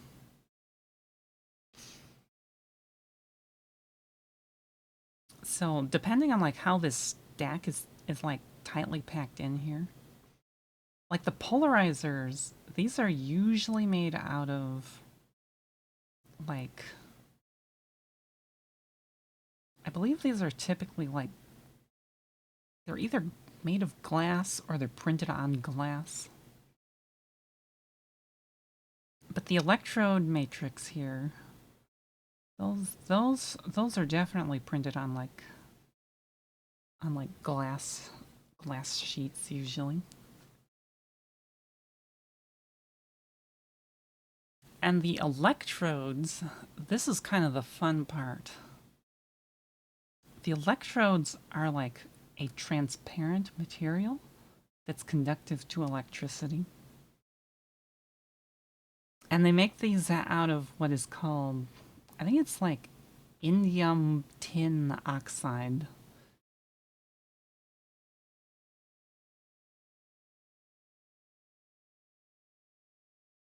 Which means that in order to make like display panels, you need a supply of this special indium,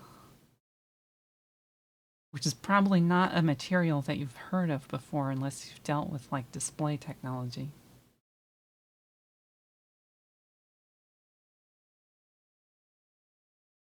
Because you need it to make these transparent electrodes.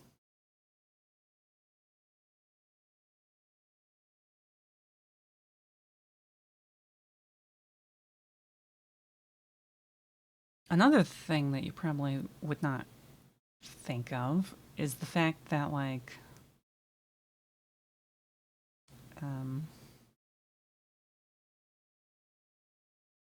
depending on the display technology, they might actually etch transistors onto the display surface to drive the electrodes directly instead of, like, having the display drivers off the edge.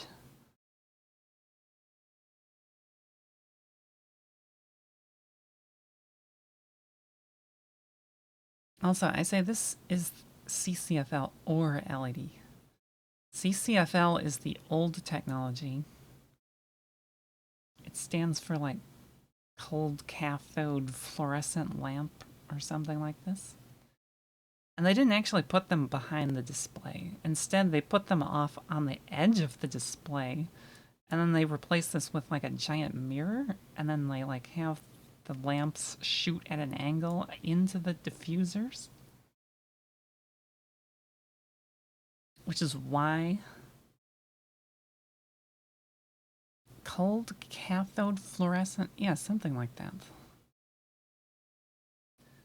Which is why the old LCD panels were like so thick. Is because they have these like lamps on the sides that, and they have this giant reflector on the back.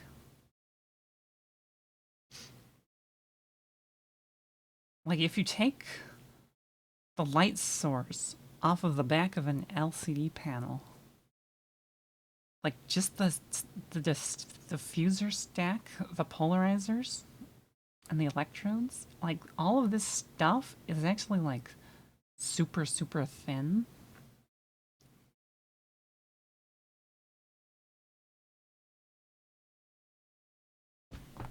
Which is part of like how we end up with like such thin devices nowadays. Because like LEDs as a backlight source are also pretty thin. They're pretty small. You can just like cram a ton of them onto a screen. So this is typically the technology that's used for like desktop displays.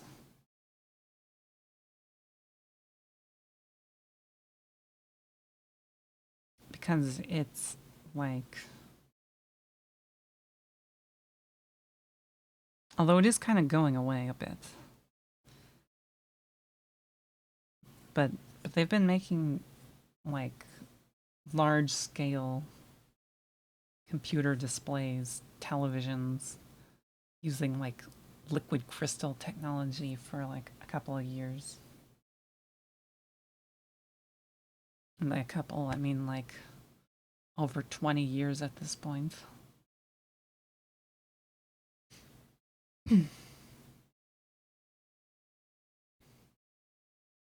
But cell phones, on the other hand, mobile devices, they don't do this. Mobile devices, they're little tiny display screens. They use a different technology.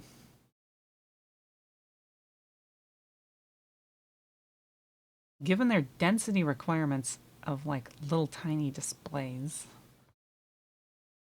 and like also like the I don't know what I'm trying to say. I don't know, the whole portability thing. Energy constraints and whatnot. This is a lot of components. So what they do for mobile displays devices is that they welcome the big book of Bug Raid. No wait, that's not a display technology. Hello there.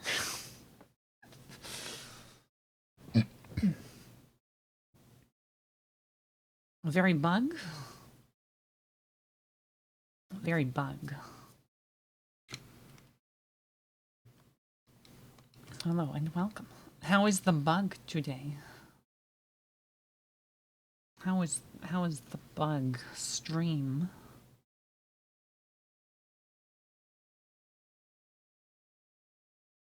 Talking about displays.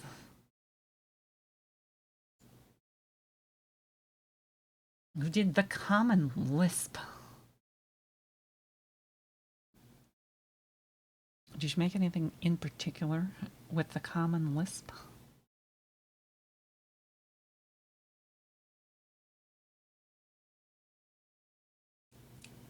Or were you just like learning the language itself?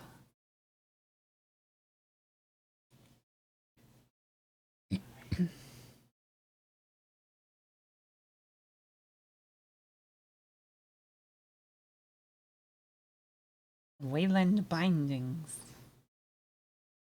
I'm gonna assume probably client side, but that sounds pretty exciting if you ask me.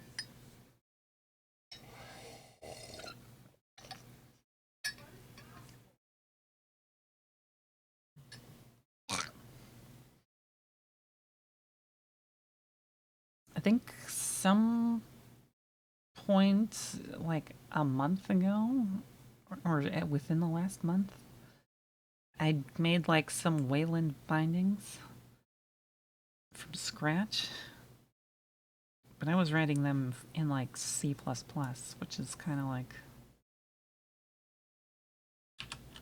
I don't know, not the hardest thing to do, but also it was interesting because like I did code generation and stuff for it. What do we have? We need to shout out the big book of bug. This is very important.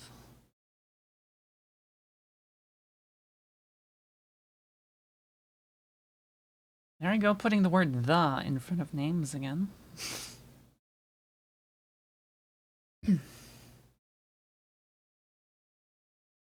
The bug of bug. The Meisaka. The client is mostly completed.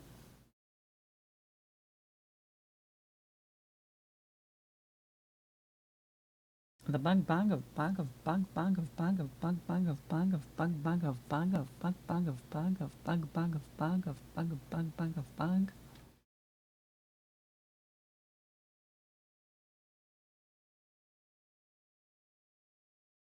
Well, if you need a little break after streaming, don't let me keep you from getting some of that delicious liquid refreshment or something.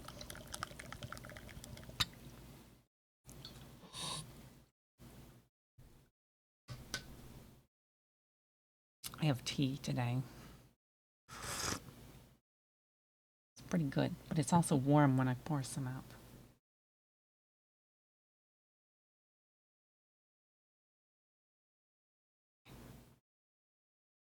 I made myself some chai.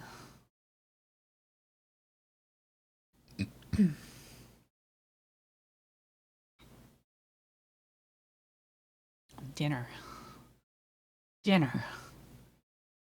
Which is the L:Q. Also bugging. Also bug. Wait, there's Kirim from the raid. Double dipping the streams, I see.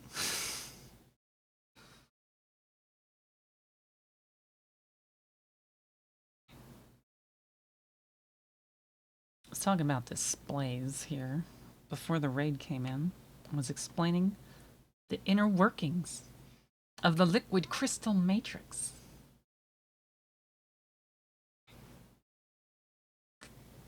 And was about to mention the mysteriousness behind mobile device screens. Mobile devices use a different technology, which is called OLED. But like the LCD screen, they have electrode plates on both sides. But instead of having liquid crystal in the middle, they have a special compound which is called like organic light emitting diode.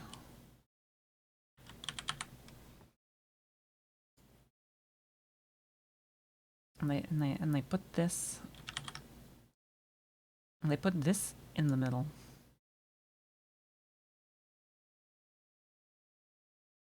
And it's called organic because it's like made out of like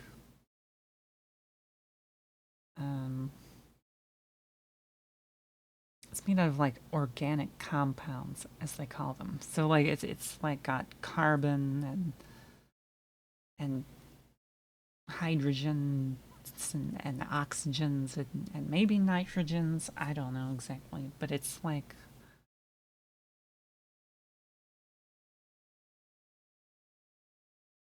it's another way of saying it's non-metallic.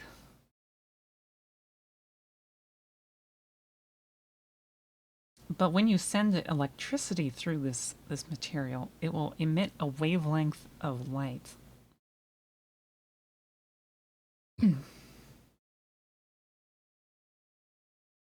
So there's different compounds for each individual color.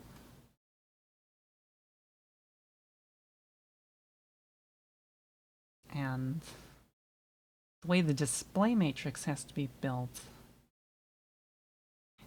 is that like you take like one of each color, and you usually pick like the 3 primary colors.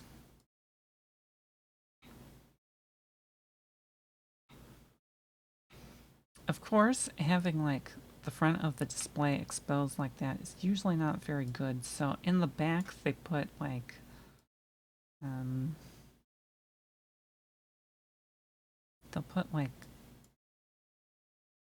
they'll either put like a mirror or like an absorbent layer.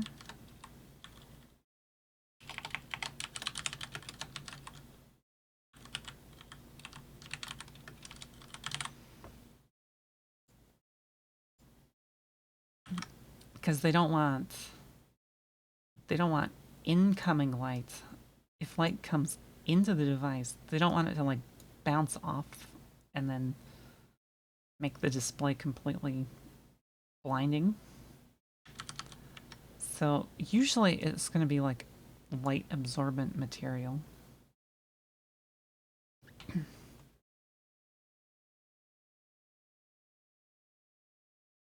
And then in front of that, there's usually a protective sheet of glass.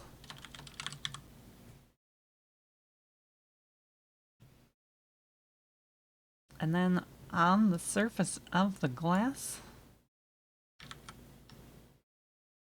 they put more electrodes and stuff.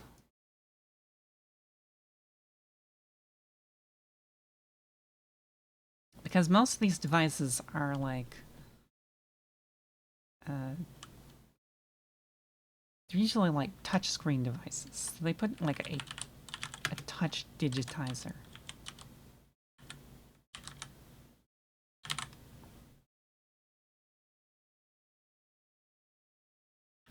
In the front of the display.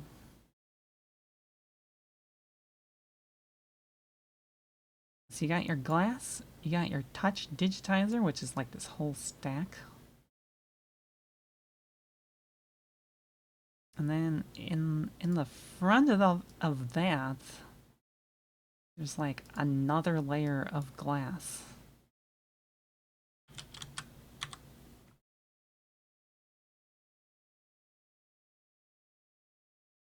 And this time, that's like the outer layer of the display. So that part of the glass is usually like some sort of like it's usually some sort of flexible, like infused glass that's like scratch resistant and somewhat shatter resistant. I'm not gonna say perfectly, because if you drop your phone from like 2 meters up, it's gonna break. But like it might also not if you have like the appropriate case or something.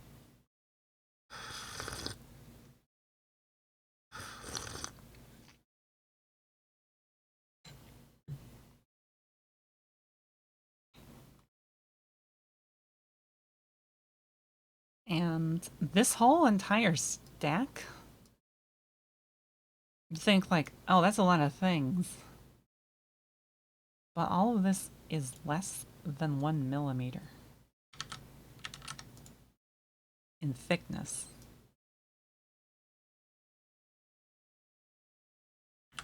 Less than or equal to 1 millimeter.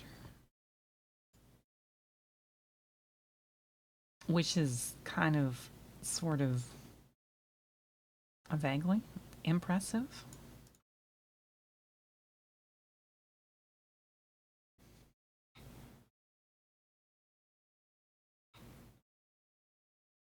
The other thing of note here, when it comes to like OLED displays, is actually like the fact that they I'm gonna grab like a palette here. Can you let me use this?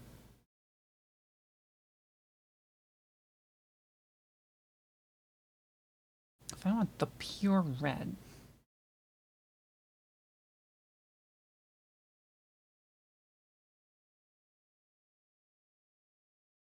if you were to look at the front of like a modern like mobile phone display, most of them have a pattern that looks sort of like this, where it's like red, and then they have like this little thin strip of green, and then they have like a blob of blue, and then they have like another strip of green, and then they have like red again. I don't know if I can draw these perfectly to scale. And then we have the green again.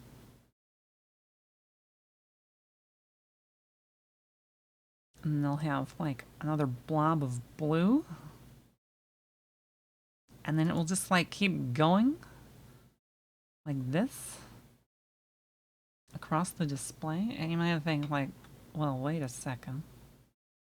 If you've heard anything about like displays, isn't it like RGB? There's twice as many greens as there are reds and blues. And you might be right about that. Mobile phones have like this weird mixture of stuff here.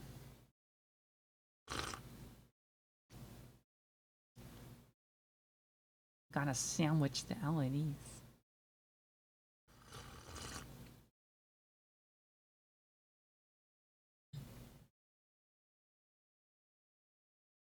And also, I kind of deliberately drew the blue one bigger than the red one, and there's a very good reason for this.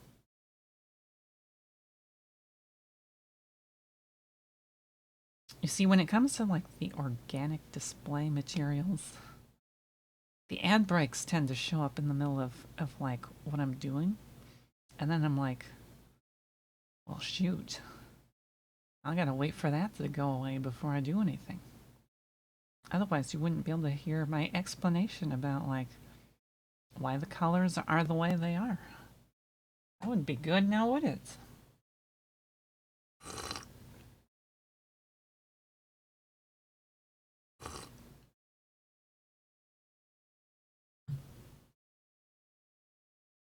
I certainly don't think so.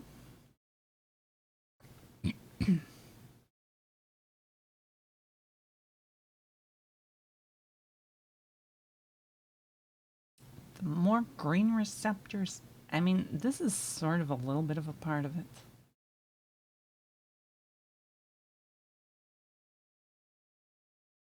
But the reason is actually a little bit crazier than that.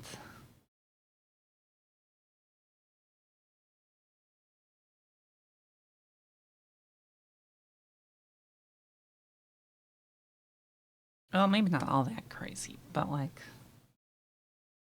there's a very, very specific reason for it.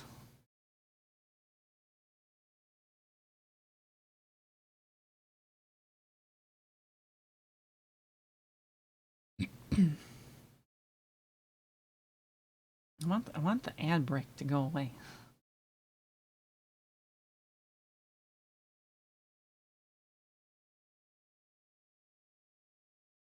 Gotta see those bushes. We don't know about the bushes. The leafy bushes.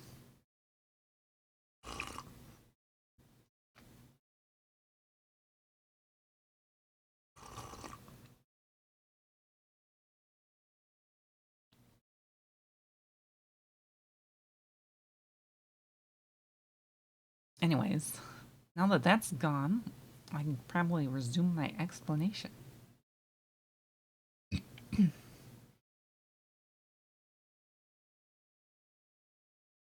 Maybe. Maybe.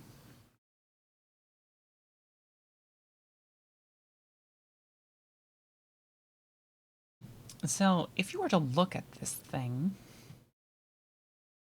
there is sort of like a logical pattern here that you could like sort of conceptually like say that like, oh, this is a pixel. If I forget to not fill my squares, that would be great. Yeah, nope, gonna be on the background. So you could almost think of like, this is a pixel, this is a pixel, and that would sort of work.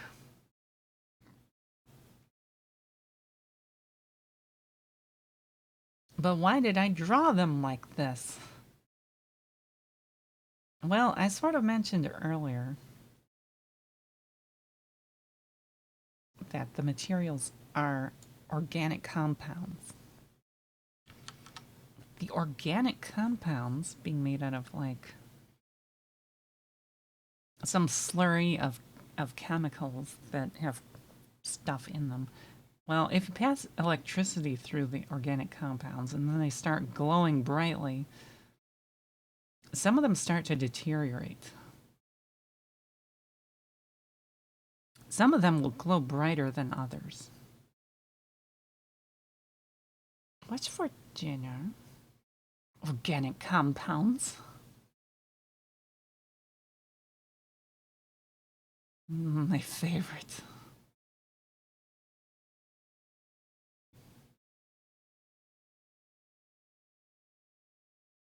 So the materials for light emitting, organic light emitting diodes are such that the red actually emits the most light.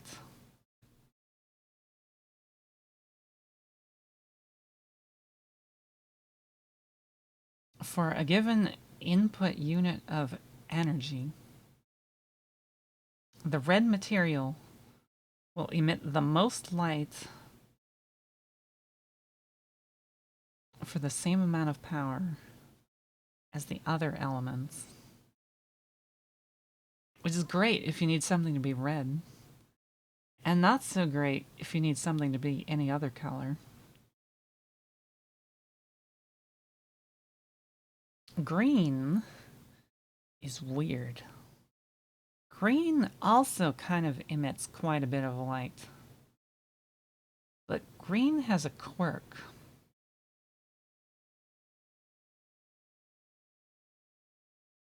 Humans perceive green more strongly than the other colors.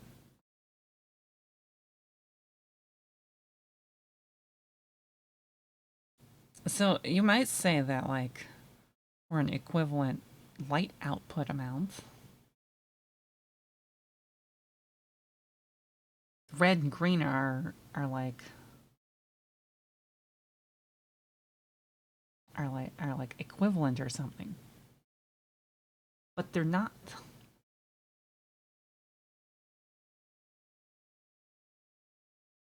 Green kind of emits the most visible, perceivable light, partially because it triggers not just like the green like color receptor cells. It will actually also trigger like the generic light receptor cells, which are the rod cells as they call them, which are your generic bright and darkness receptors. And so if you need to like if you need like some high resolution perception, you have a lot more of the rod cells, the like light and dark receptors.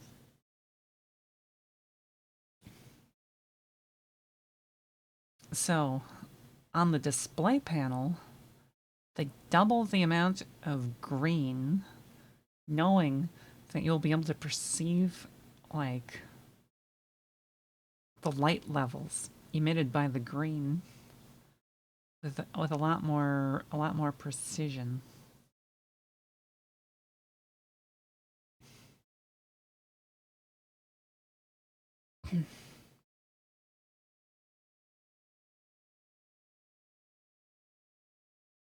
So the video processor on the display doesn't actually break up pixels into these little clusters of 4.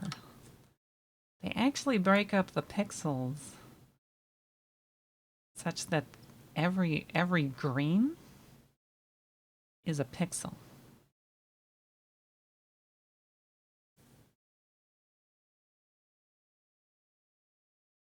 And then when it comes to like the red and blue, it will like average the red and blue between the 2 pixels onto like the adjacent red or blue. So like this one here will have all of the red from this pixel. This one here will have all of the red from its own pixel. And then like the red component from this pixel will get like averaged and split in half and then sent to like the adjacent pixels. Same thing for like the blue channel, but like staggered the other way.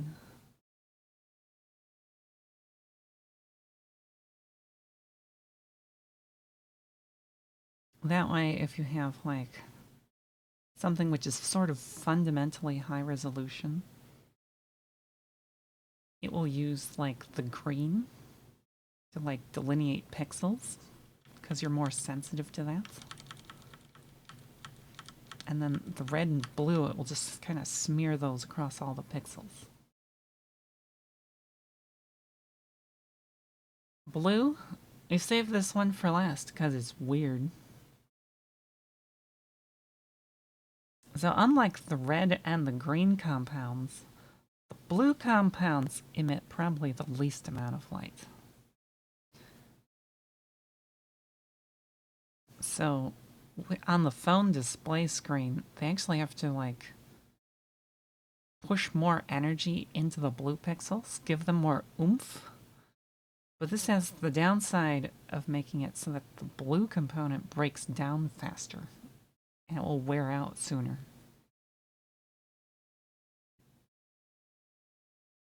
which is kind of unacceptable. Because normally you want your display to actually display things, so instead of making it wear out quite as fast, they just underdrive the red component and the green component to like roughly the same dimness to match what the blue channel actually does, so that the blue channel will last longer.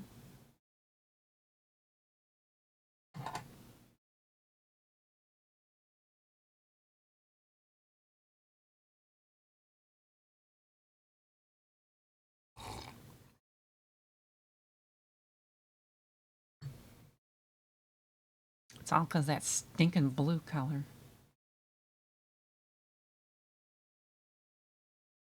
They also have to like compensate for the fact that it doesn't emit as much light by making the subpixel elements slightly bigger. Not like significantly bigger, but like big enough that it produces like a notable amount.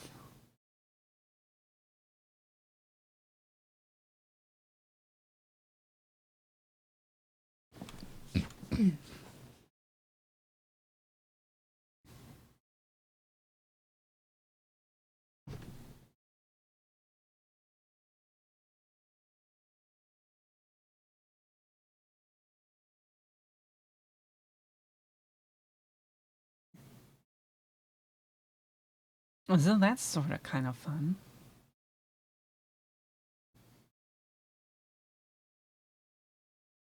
However, however,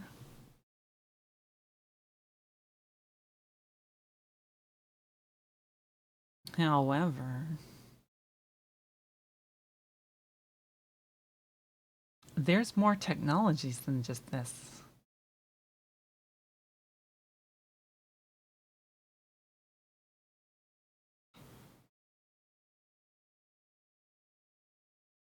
Like,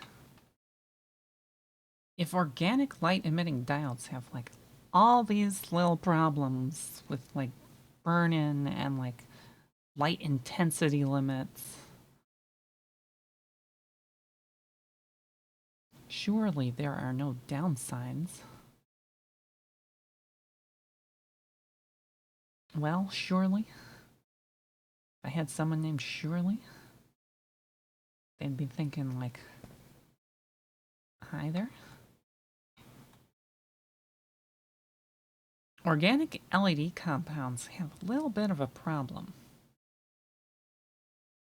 They're difficult to manufacture in like large scale displays. Like if you have to make a display screen, most people are gonna like stare at you funny if your display has like dead pixels.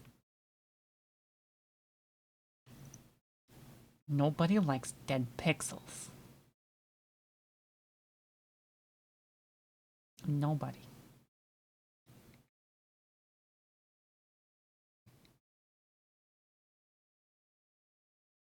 So if you make a panel with like, I don't know, 4 million pixels in it, and one of them happens to be bad, then like, you won't be able to sell that panel. Or if you do, it will get used for something like very insignificant. Like maybe like digital signage or something stupid like that.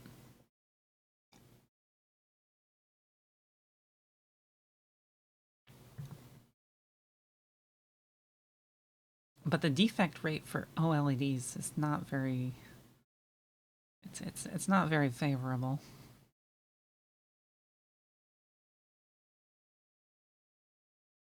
So, some number of years ago, there was quite a lot of research into like alternate solar technologies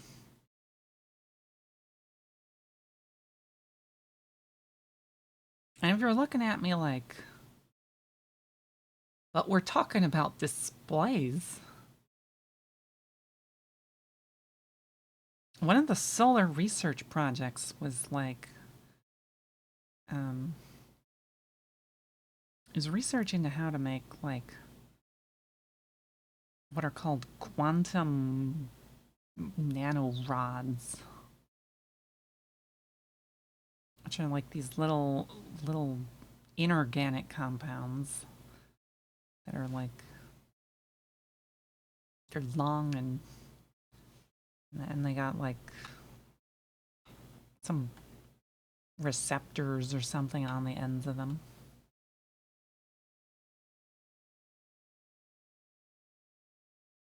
Display research stopping after 2008? I can assure you, display research has not stopped after 2008. It just slowed down a lot. But basically, at that point, they were like, IPS LED is great for large screens. Organic LED is great for small screens. Let's just get really good at selling these. Nothing can compete on price. Nothing, I tell you.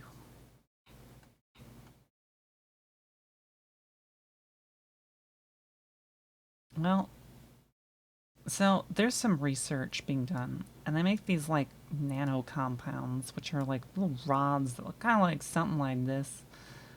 They are of some length. Some length. They're like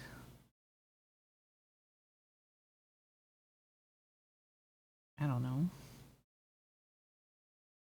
Some number of like nanometers in length.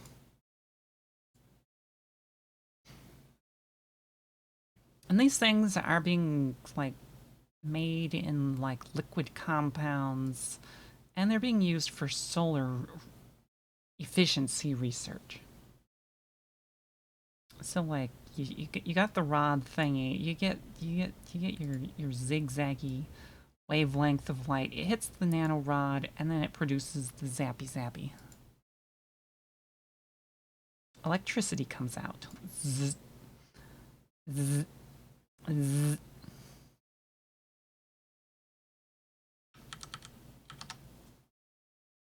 Someone was like, okay, but what if you put power into the thing? Zzz. Light comes out.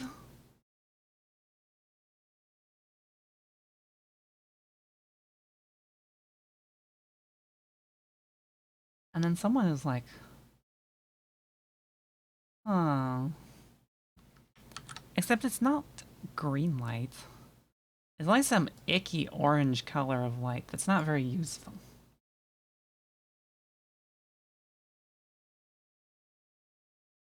However,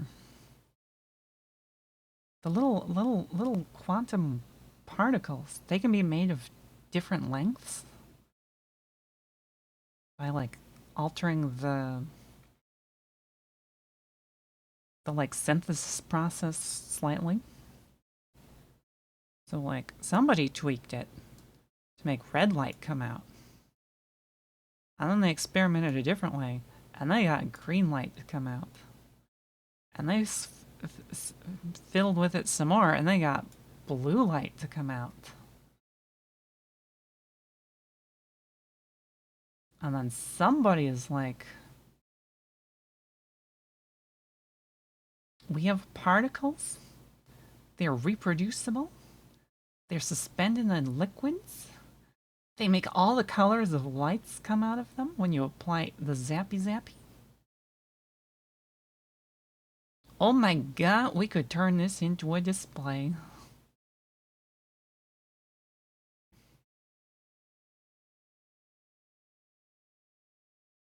The papers cited these things as being called like quantum dots or quantum nanorods. So like when they started putting these things into displays, they came up with like I don't know, some weird acronym like whatever it was. What was it called? I think they called it like I think they when they actually started introducing these as displays, they're called like QDEL.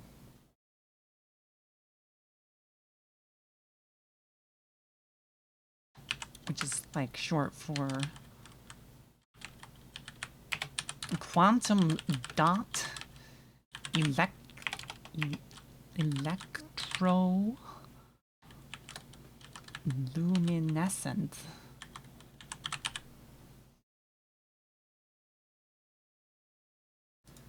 Which, if that's not a mouthful, I don't know what is.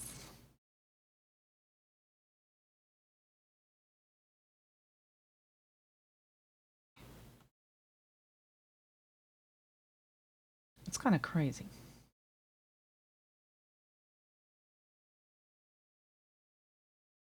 And if you want something more crazy to know about, the people doing this research are basically they're doing that research at the University of Urbana in Illinois, which is 10 minutes away from where I live. And they were doing this back in like I forget when it was. I think it was like 2016 or something. And I remember this because I had to write a school assignment about like cutting edge research or some such. And I was like, oh, the University of Illinois, which is a place that I'm familiar with because like I kind of live around that area, or used to at that time, is doing research on like quantum photonic devices.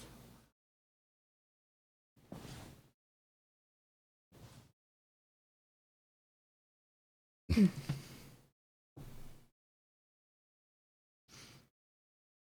I'm like, well, that's fun. So I wrote about that. And I saw these things pop up as displays probably within the last 3 or 4 years, I think.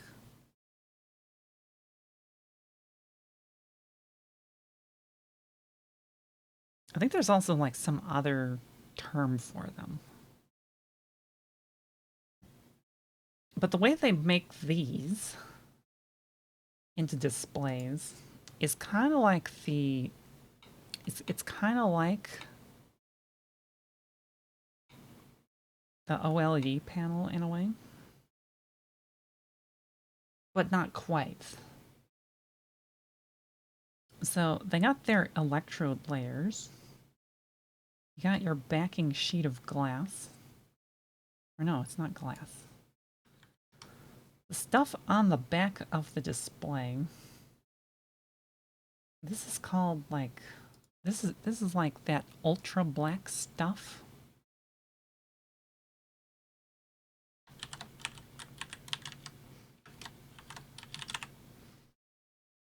I don't know if you've ever seen like that super black paint that they have that like it just blocks out all the lights. But basically they take that stuff and they make the back of the display out of it.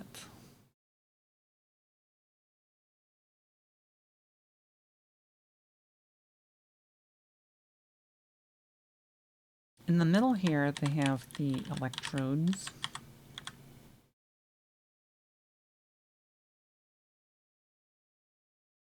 Which are like, you know, your typical run-of-the-mill display matrix thing.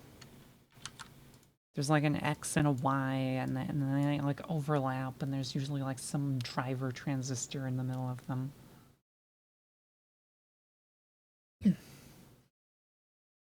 I mean, it kind of serves the same purpose. It's a light absorbent material.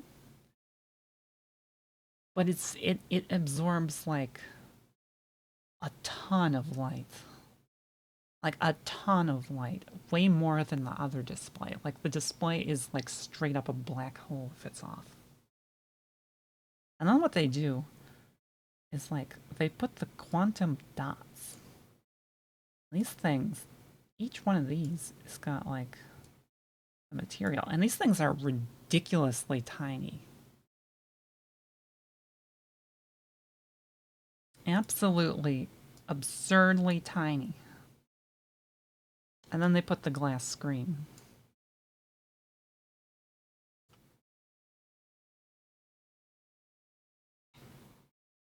So like if this is a phone screen, and these are the pixels on a phone screen, if you were to compare like a quantum dot electroluminescent screen to this, and let's say these are like the pixel area, because of the way the technology works, the quantum dot is like minuscule, and they put them in the middle.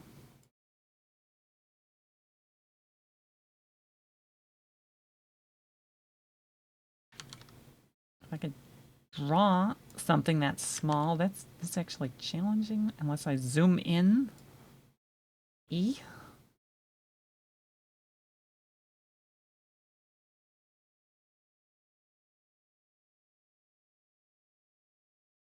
My selector thingy. There it is.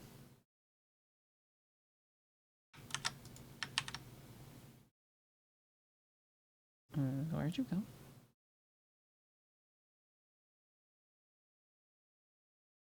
So there'd be like one there, one there.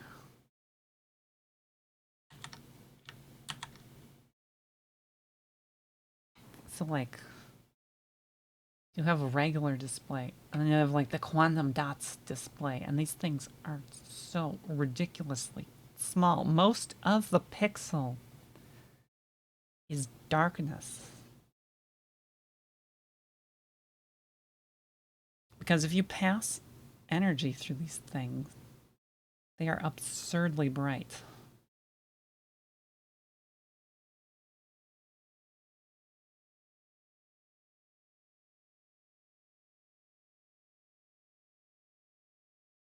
You know, in theory, you could make stuff that exceeds 8K, even with conventional like OLED or like LCD technologies. The reason they don't is because like the display driver technologies, they don't support like higher resolutions. Like at that point it becomes a bandwidth problem of getting the pixel data to the display panel as opposed to like actually making a display panel of the appropriate resolution.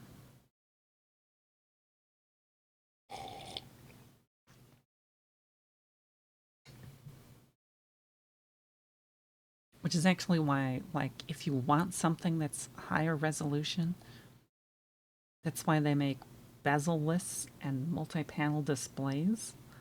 Because at that point, the bandwidth of the connections being the limiting factor means you have to add more connections.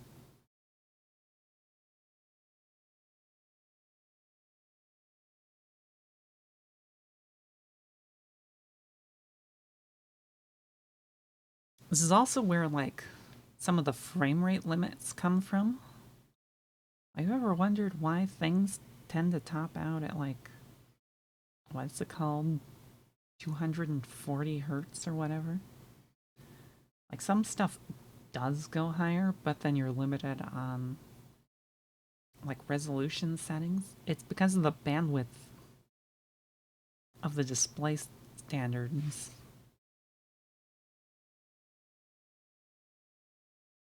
You want fragment shaders? Did you what now? Did you what?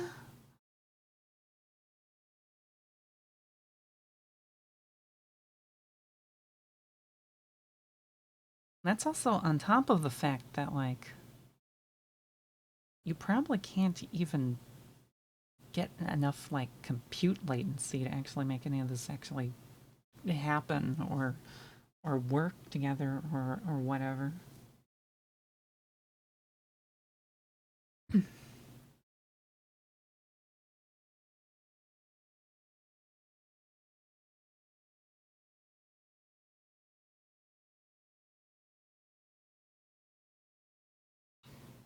Proposed 16K? I mean, it wouldn't surprise me. Like, also the terms like 8K, 4K, 2K, all these terms are kind of sort of nebulous.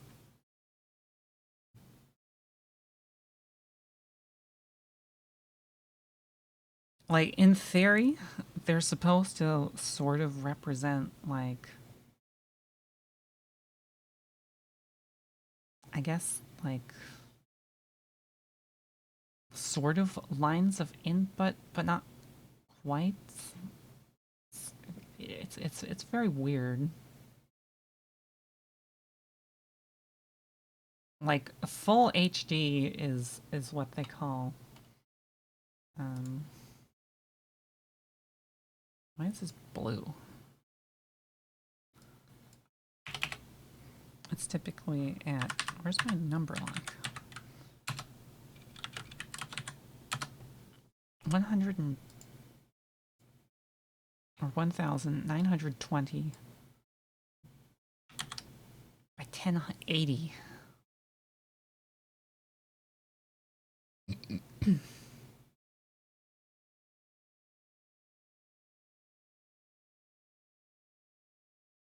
And I don't know the, like, 4K number off the top of my head, but I might just, like, look this up here real quick.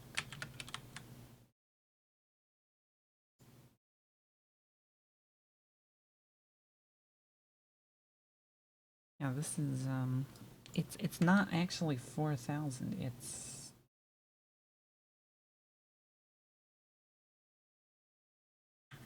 3840 by 2160.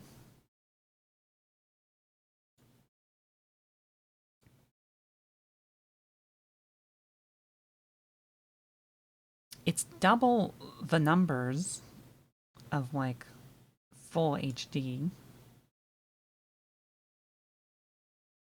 Why are we tile window? What? I think I broke it. It's weird. This might be called 1K or full HD.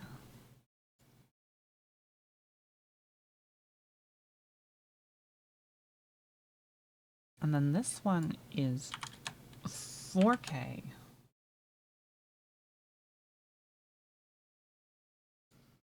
And I mean, if you think about it, it makes sense why they might call it 4K.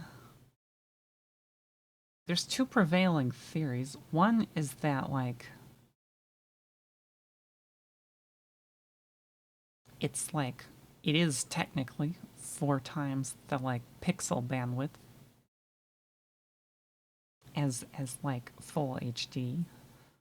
Another prevailing theory is that, like, they took the horizontal and just, like, rounded it up. Personally, I'm of the opinion that it's probably more like, it's probably related to, like, pixel density bandwidth.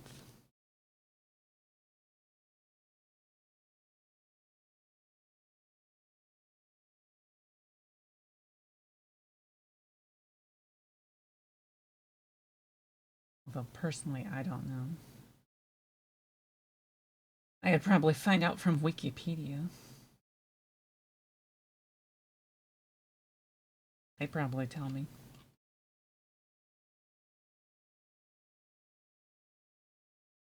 maybe. Apparently it's part of digital cinema specification or something. Who knew?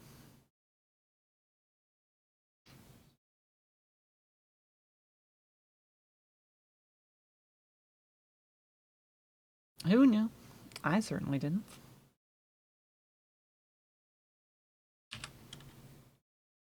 And in that case, it is actually 4,000 something.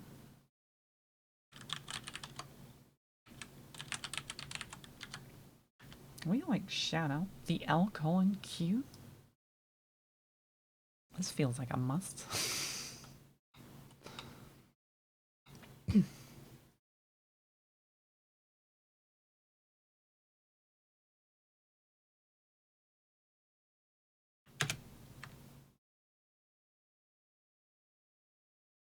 Darkness.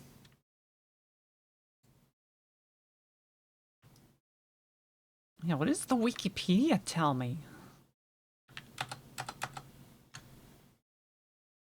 Term 4K is generic and refers to any resolution with a horizontal pixel count of approximately 4,000.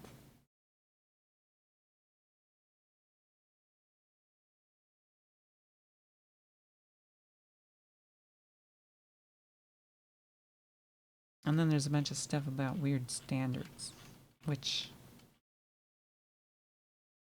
I'm not going to read. But if you want to find out about 4K resolution, I guess that's the place to go, maybe. Probably.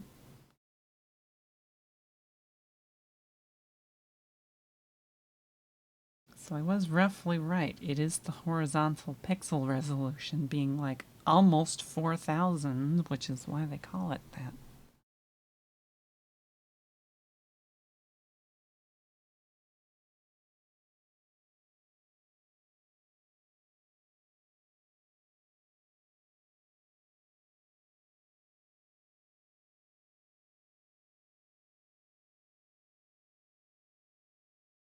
You know, this is another thing.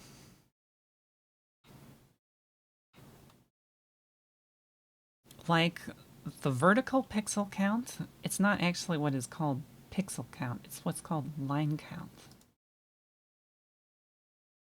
But this is an interesting conundrum, nevertheless. Like they have 1K, they have 4K. However, there's another term. It's the designation 1080p. Maybe you've seen it written as like 1080p 60 or 1080p 50 if you're in a Europe.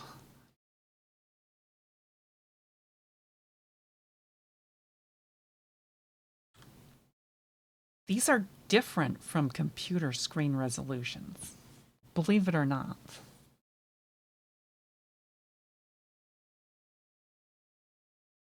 These are actually special resolution modes that are designed for televisions. So, like, if you're not aware, there's actually more of them. And it's not just 1080p. There's also what's called 1080i 60. There's also, like, 1080i 50.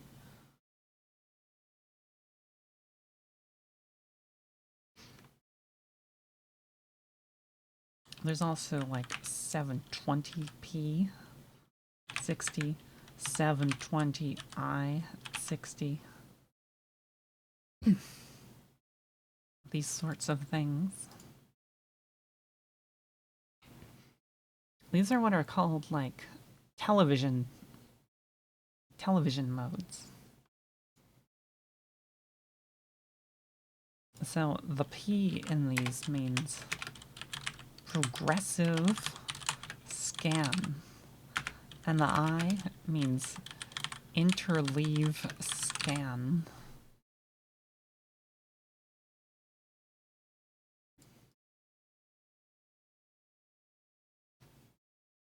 Which are, again, historical terms for how television works.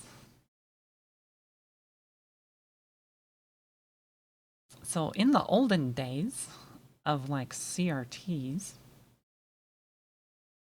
there was only so much broadcast bandwidth.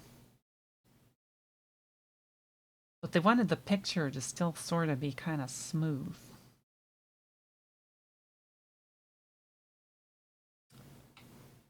But they also didn't want to compromise too much on like display resolution. So they took their screen and like and it's broken down into lines, which I cannot draw multiple lines very cleanly.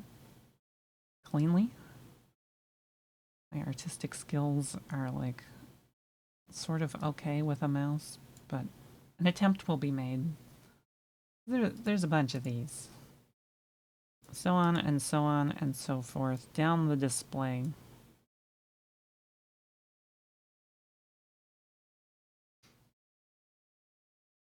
So on a television, there's like a beam of electrons. This is how they used to do television.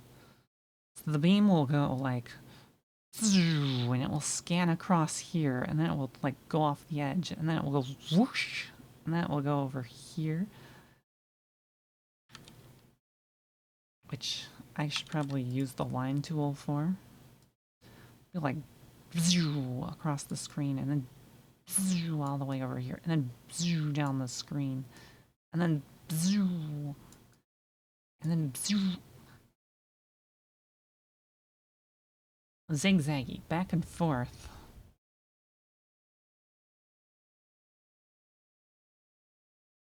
And if you're like, if you're looking closely at this, and you're like, I didn't draw in the line.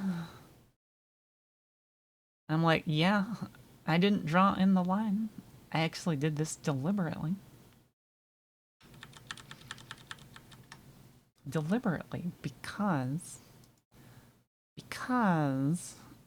we add a little bit more information here. Be like, this is the part of the screen where the pixels are drawn. And then the beam turns off. And it just keeps going, and then it goes zoop, and then it turns around, and then they turn it on again, and then they scan more pixels, and then they turn it off again, and then they go zoop. Pixels, air quotes. Truly, truly. Also, hello there, and welcome to the trap exit. But if you consider like this part of the screen to be like a line, and if the beam is off for this line, then where did the pixels come from? Well, this keeps going. It scans across the lines, yada yada yada yada. When it gets to the bottom, it turns off. And then it kind of goes zoop all the way up here, and then it has to like turn around.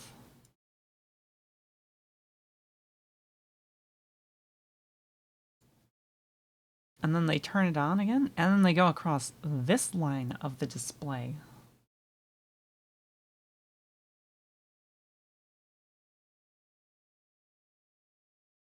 And then they turn it off. And then it turns around, and then it goes zoop. And then it turns around again.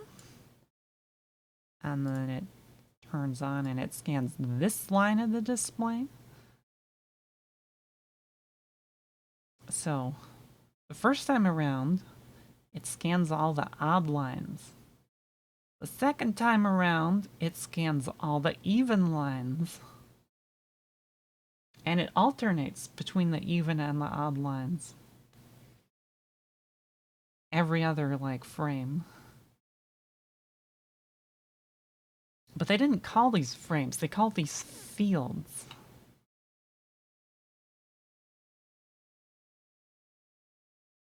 So, like, it actually only hits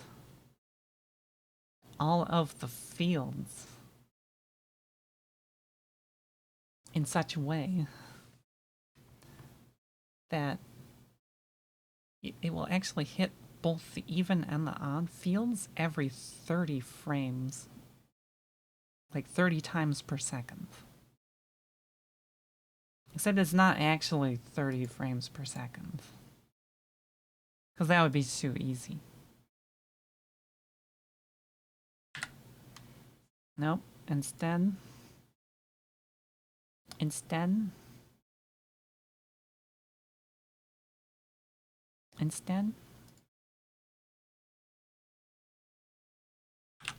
it's 29.97 frames per second.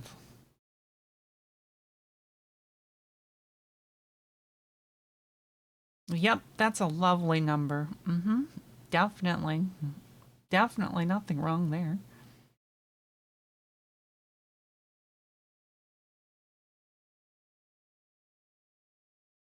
And this is what is called interleave scan.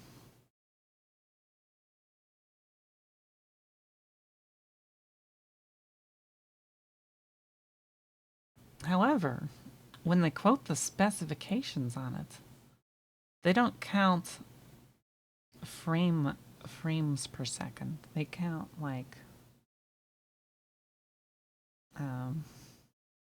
fields per second, divisible by some common clock frequency.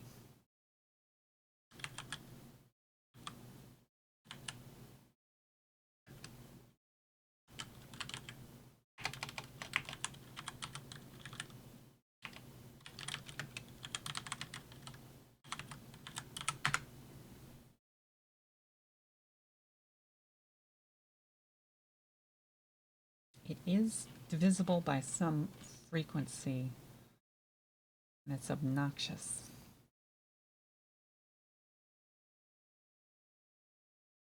This is probably the most obnoxious frequency.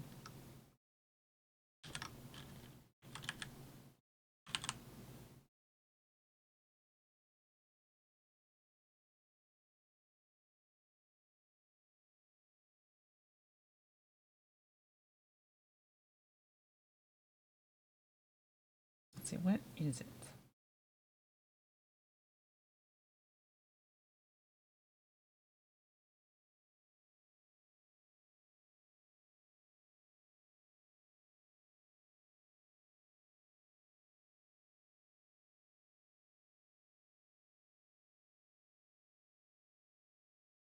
I think it's, yeah, I had to look this up because it's a weird number. So they use a sort of conventional pixel clock, which is 3.575611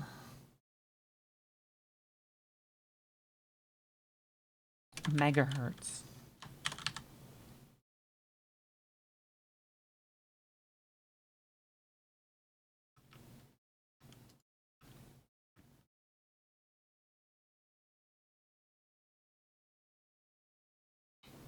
Which is a little bit of a weird number.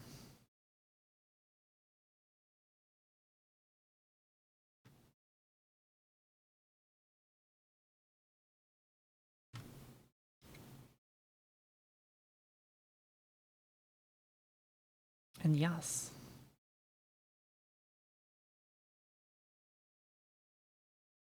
And yes, in fact, it was created because black and white television needed to be like modulated using FM frequencies. And in order to prevent the color or like the, I think it was like the horizontal refresh from leaking into the audio frequency portion of the modulation spectrum, they just mushed the frame clock ever so slightly so that it would dephase with the audio subcarrier, and then like and then it wouldn't cause interference. There is a whole entire thing about all of this that you could probably read about.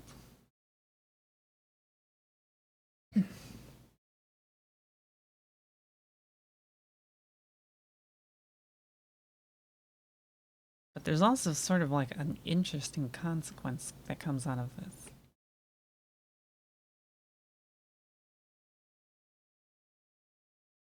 A lot of the old retro computers used to use a system crystal clock, which is like some multiple of this silly number.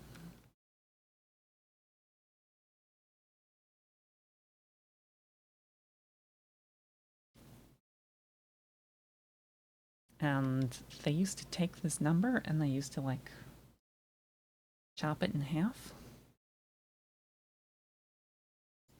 So what is that? 1.7878055 megahertz.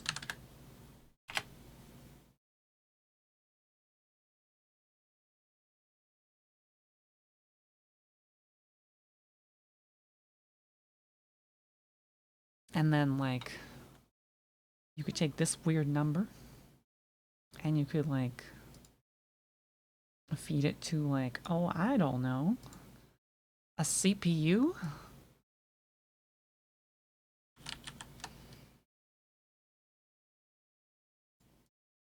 Because that's something that you might want to do. Yeah, you just take that. You can put that in there. Yummy.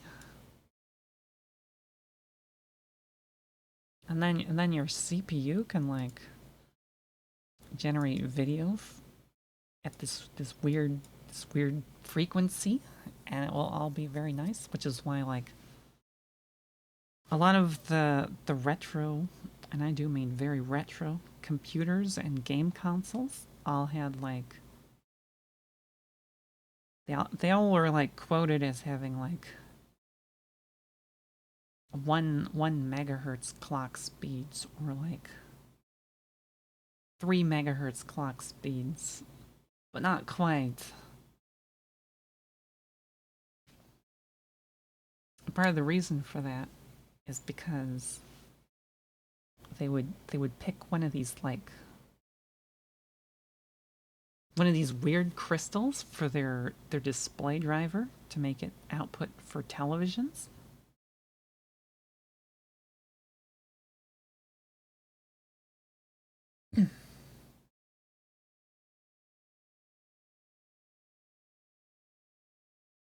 But like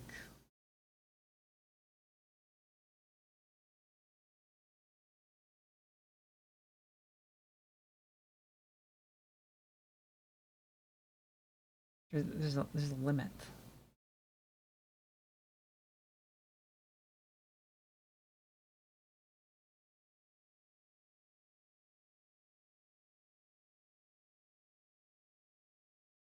So like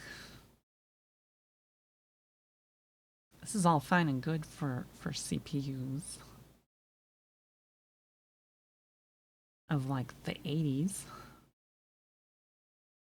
Output to televisions in North America.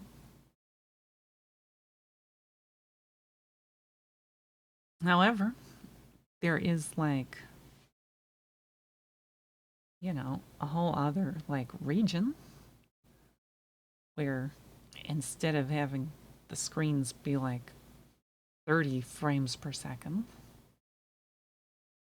they decided they wanted more resolution. Maybe if they tweak the standards for modulating stuff, then like they could get more resolution. Maybe if they refined the color standards, they could also get better color.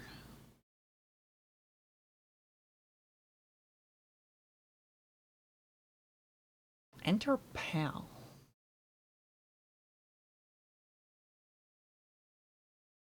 Enter PAL. they call phase alternating lines. This was a standard that was like introduced in Europe some number of years later for like a higher resolution. What's it called?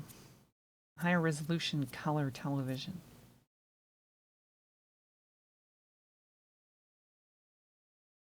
And this is sort of partially true. Like they made the screens like roughly 60 hertz that you could potentially synchronize cameras and like video equipment to like using like the television, or not the television. You could use the electric power, the power lines.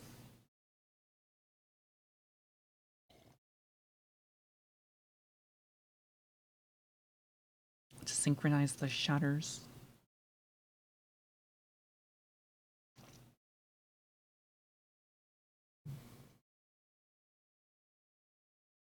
Although I don't know how entirely true that is, because a lot of it is based on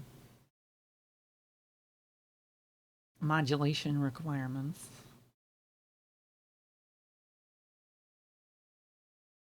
So like it is sort of it might be sort of inspired, but also slightly coincidental.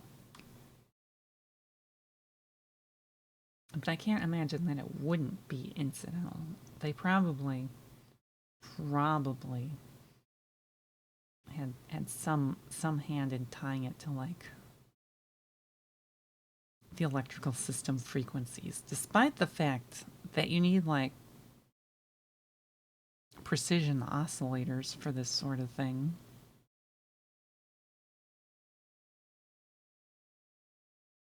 And you can't even use the electrical phase to synchronize any of this equipment because that wouldn't work.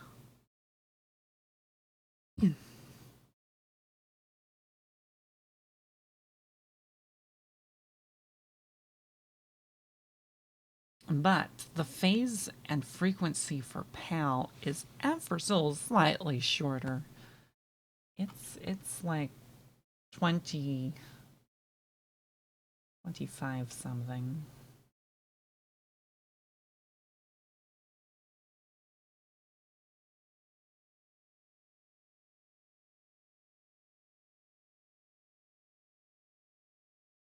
$25 something frames per second.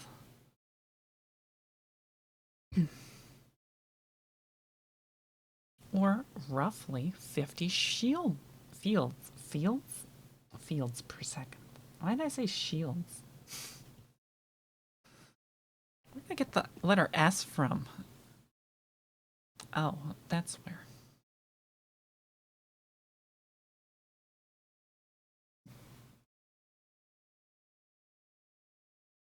No Shadow Raid Legends. We don't do that here.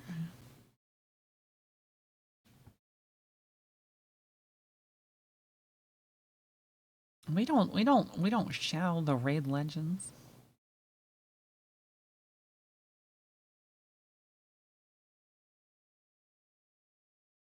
Honestly, I don't think I would probably ever shill mobile games.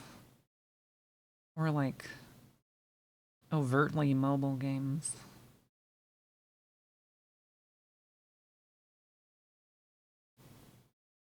To be perfectly honest, I don't like mobile games. I don't know that I play any, and if I think the only games that I played that could be arguably considered mobile games also had desktop versions, and I played them on desktop. And the desktop versions were not as good because they were designed for like that weird mobile touch interface thing, and I hate that.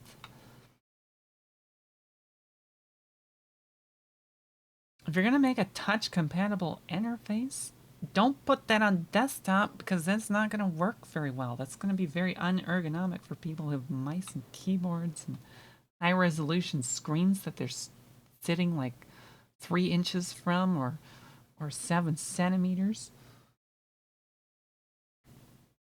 Also, by the way, do not sit 7 centimeters away from your display. Your eyes will not be able to focus on anything. This is what we like to call sarcasm.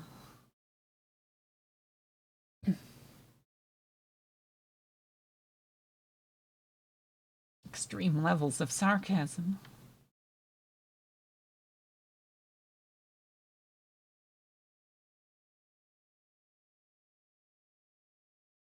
How long have I been listening to this song? Probably too long.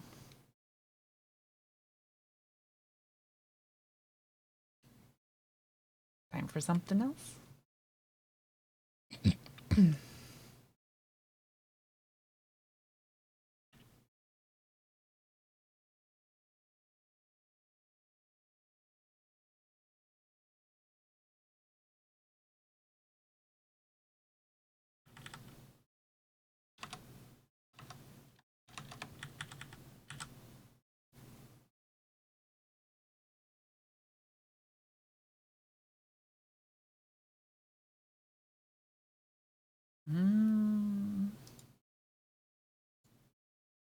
Very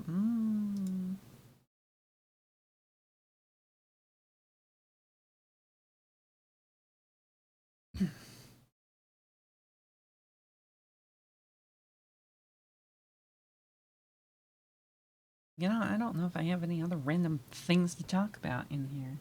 Other than the fact that, like, I went on this whole tangent and I never really kind of explained what this has to do with, like, the television formats or how they are different. Other than what progressive and interleave scan are. Maybe. But I don't even think I covered that.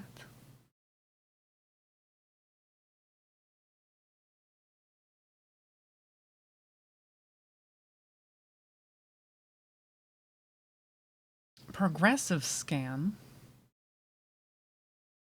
is the opposite of interleave scan.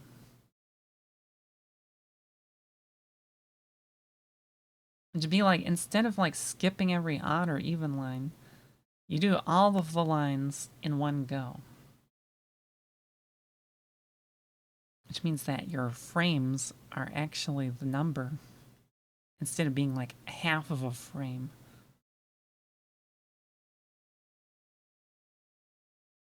So like 1080 interleave 60 is, I think, actually technically like 120 fields per second. Maybe? Or is it like, or I don't know if they count that as frames per second. I'm a little bit curious about that actually myself.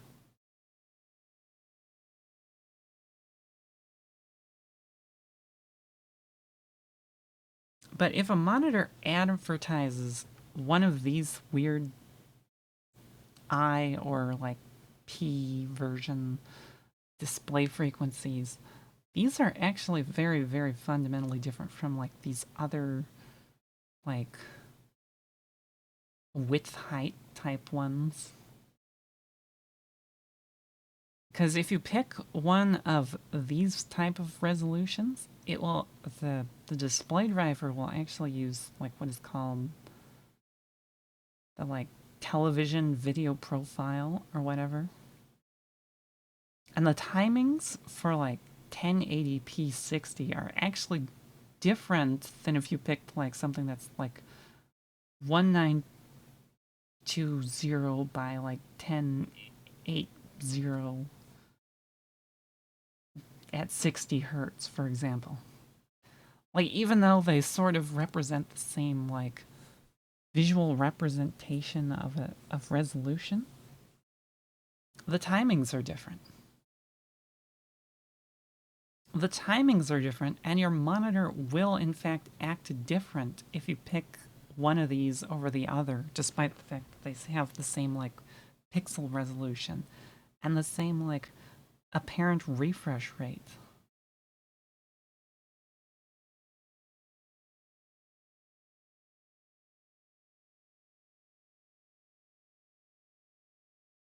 subpixels. Tiny subpixels.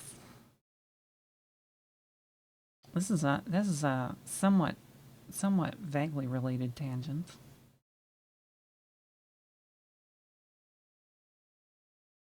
But yeah, if you know your subpixel geometry, you can make super duper tiny fonts. However, this only works if you have, again, an RGB video mode.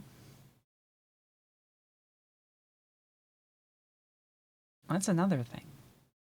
You need to have an RGB video mode. You have to have one of these computer video modes. You can't use one of these television ones, because a lot of these use what is called like chroma subsampling, which is like where your pixels, the color data sent to the display isn't sent as RGB. It's sent as lumachroma. And then they take the chroma values and they send like half as many or a quarter as many. And the resolution of colors isn't clear enough. And then your text looks all weird and blurry and kind of not all correct. Very, very, very unusual, they might even say. And like, I can sort of demonstrate this phenomenon like on the stream actually. So like when you stream stuff, for example, the stream sends and captures video using like this chroma subsampling method. And then it encodes all the pixels in some sort of chroma subsampled way. So if I were to like draw a bunch of like individual pixels,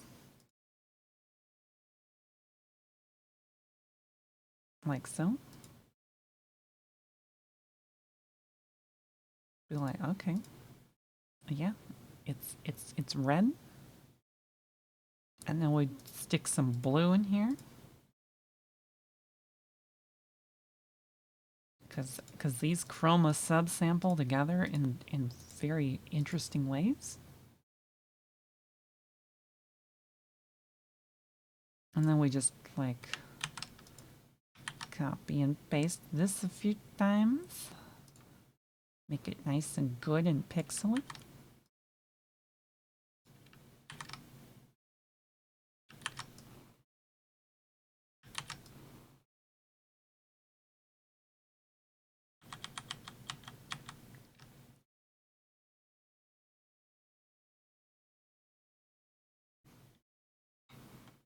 Gotta make sure this is big enough. Oops.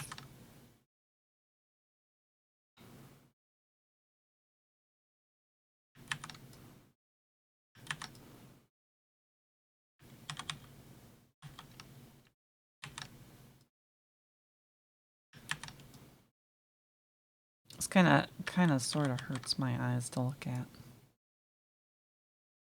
But like if I zoom out to like 100%,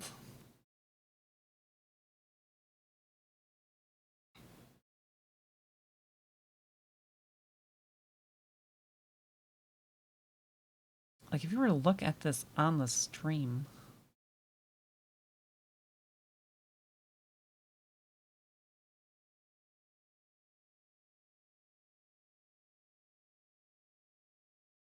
let's see, I think, what was it red and blue or was it red and green? It might have been green. It's hard to, I don't remember exactly. Let's try some green. Green. Green will probably do it.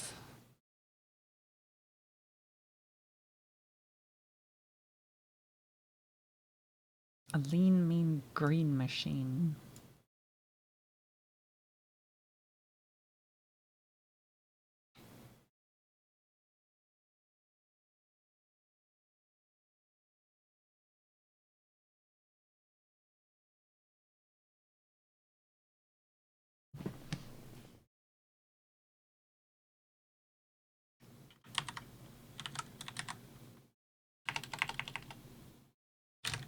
Oops.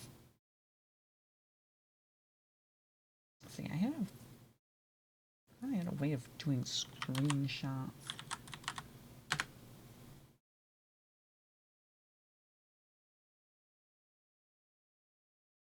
Is that you? No.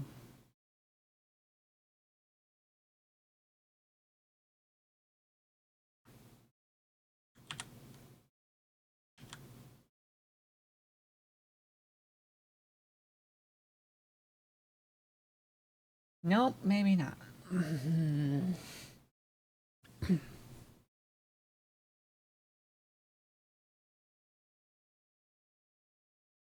I don't exactly remember how to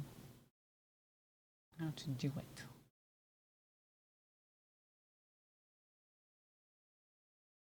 I'm like, how do I take a screenshot on the Linux? I don't think I have that set up for like for like the sway, because I haven't done that for a while.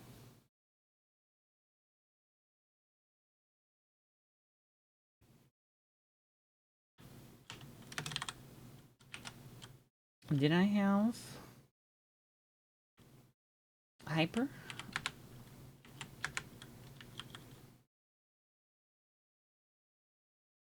I think there was a command that I set up to screenshot on Hyperland. And maybe I can use that on here. What are you? Grim Slurp copy.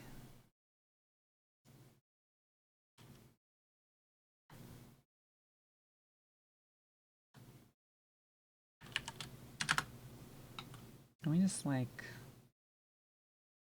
screen this, run that? No, not quite. I need to put a sleep in front of this.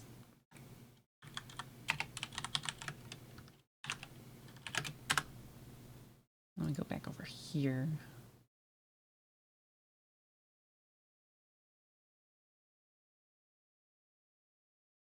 Any second now would be nice.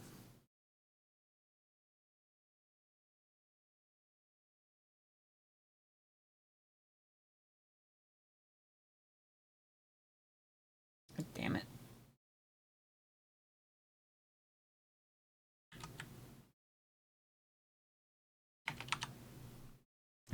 It went away. Why did you not go?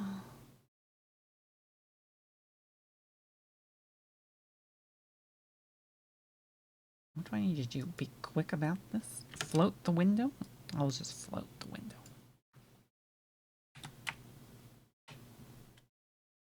Because I want this little thing to be on the screen. Sort of.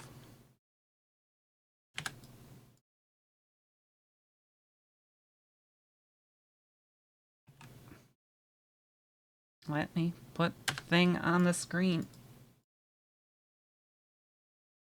Hey.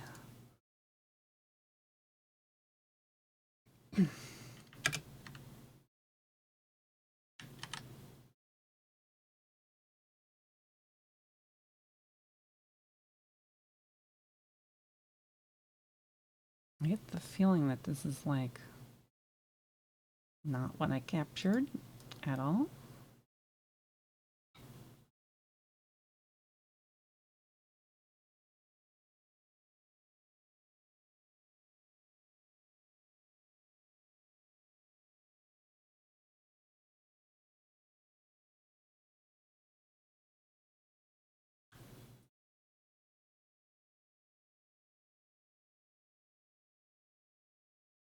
Yeah, this is like not very. It doesn't want to actually capture thing. I'm gonna have to like open up the thing on my other computer, screenshot it, save it to a file, stick it on the network drive. Because this stupid thing doesn't want to screenshot something.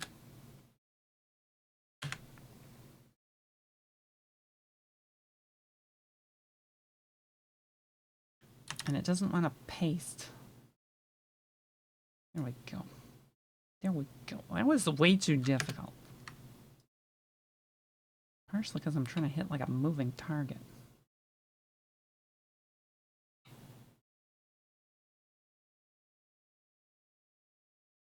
You notice how, like, if I zoom into this though, you can sort of see the checkery pattern. But like, this is sort of a yellowish green, and like, this is just straight up purple.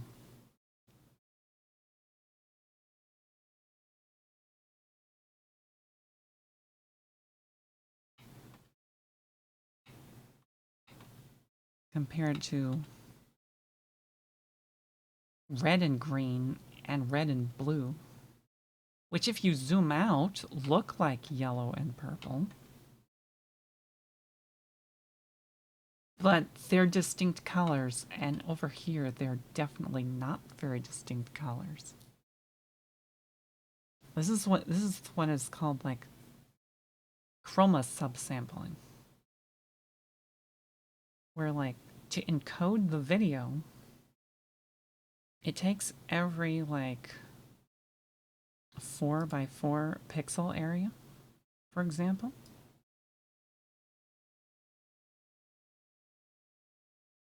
and it like averages the color across all 4 pixels, but it takes the brightness of the pixels and it sends the brightness in like a conventional way at the full resolution. So you have like a quarter of the color resolution, and then you have the full brightness resolution. So if you're trying to do like subpixel, I literally cannot show you subpixel stuff on the stream because the stream will delete all of it.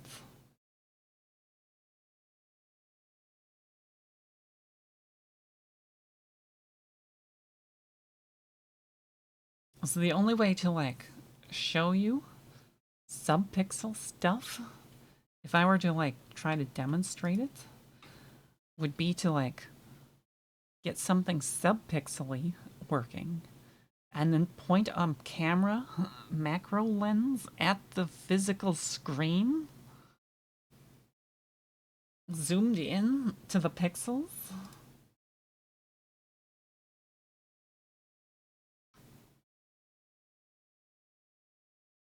Which is, you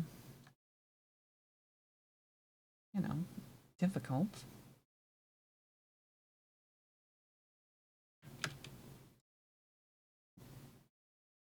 But yeah, this was like floating around a few, like, I don't know. I remember seeing this like weeks and weeks and weeks and weeks ago.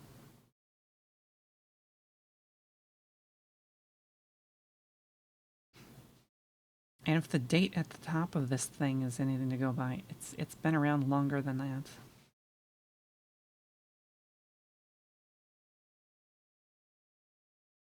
We are kind of stuck in chibi mode.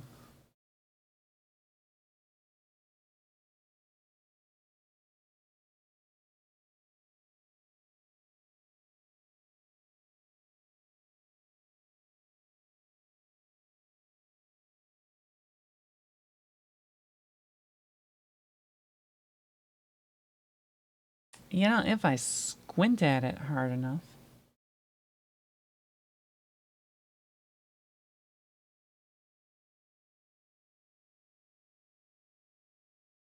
I think it works on my display.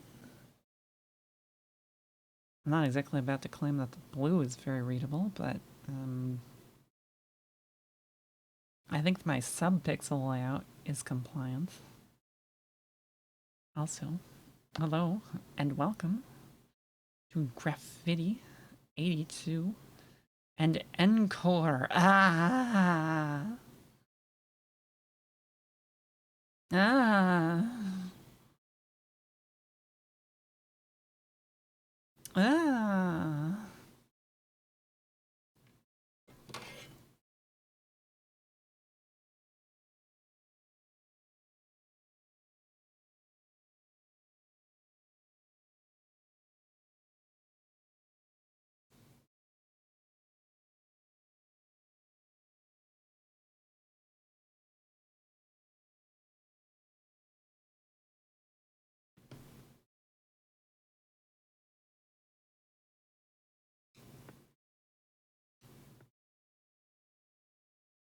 Do you suppose that I could get it to display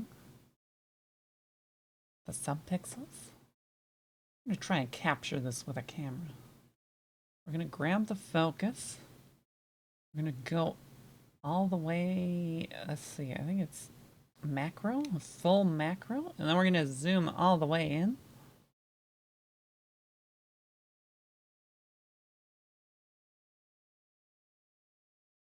And I'm like, you know, if you look at it through a camera,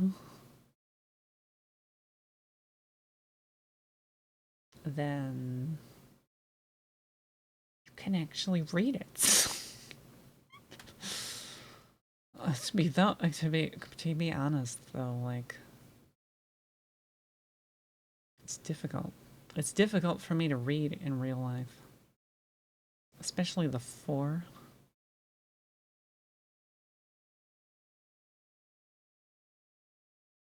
But like, I mean, it works.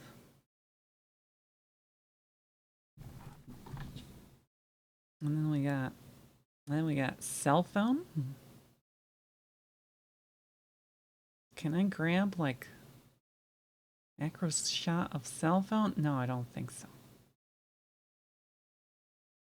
My cell phone has too high resolution of a screen to get picked up by that.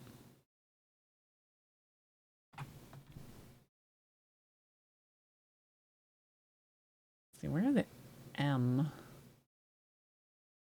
W is kind of... I mean, yeah, it's not the most readable. I think the letters N. N is okay. M is kind of mushed. Well, I'll admit that. It is small though.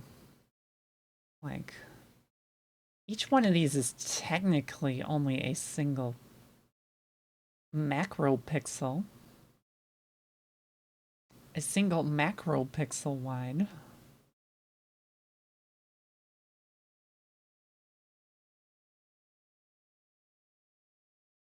The face reveal?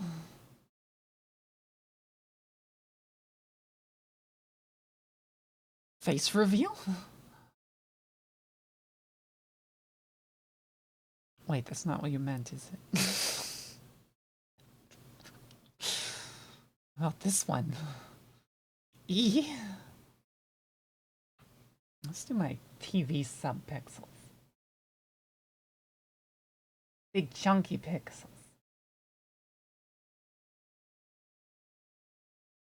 Yeah, those are kind of something else.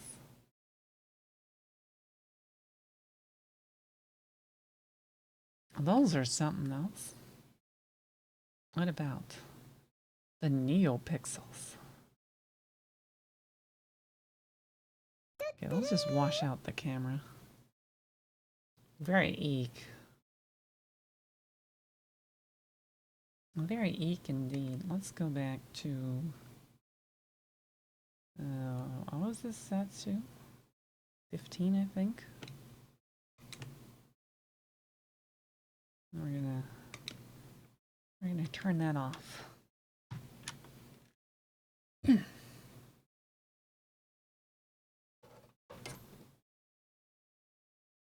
Hello and welcome to Chandu 16.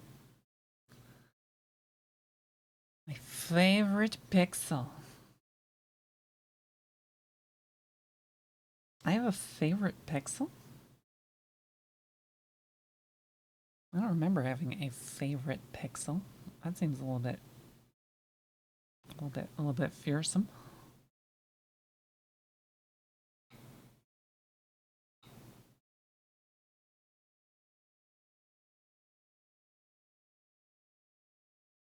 I think part of why this got washed out is because the overlay thingy got turned on, but also maybe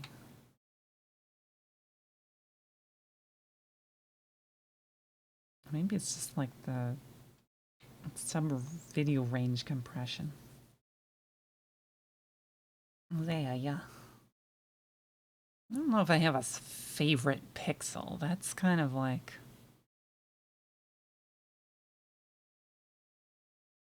I don't even know what to think about that.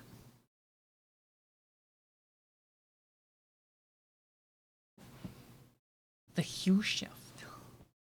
The gamma prism on its own is very yellow.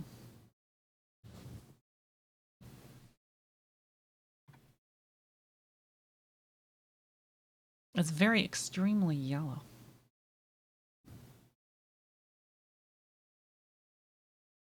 I think I've had people comment that the gamma prism makes me look Simpsons-y or slightly Chinese flavored or apparently a minion.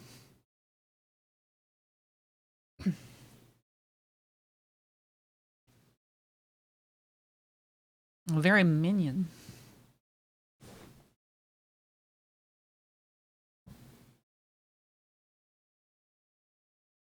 Why not? I think I need more... It's not quite what I was thinking of more. I think we need to appease the cat.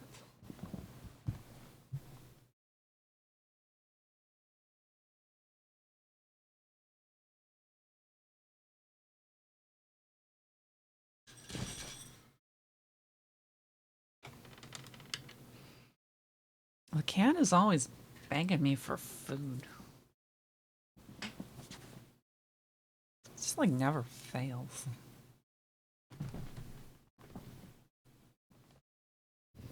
Absorbent layer. E? I love my crazy diagrams. I draw so many crazy diagrams. And then you know what I do with the crazy diagrams? We delete them. We kind of delete them. I don't usually save them. But this one's something else. This one went places. I'm tempted to keep this one.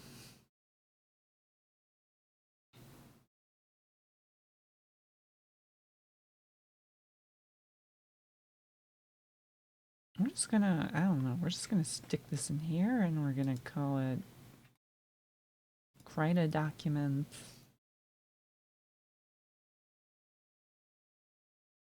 And you can be LCD.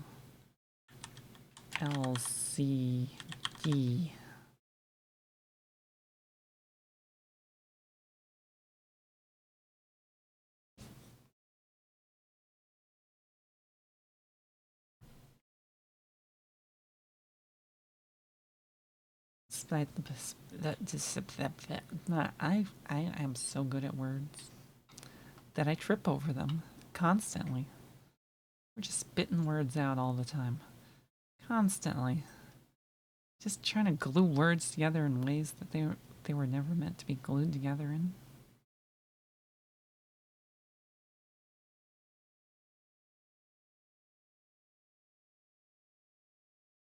And all I can think of at this point in time is Yay, I've successfully passed 4 hours doing nothing but drawing elaborate diagram.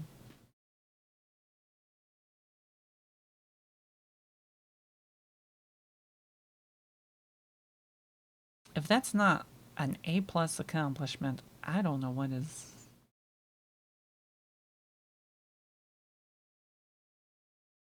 This calls for more tea.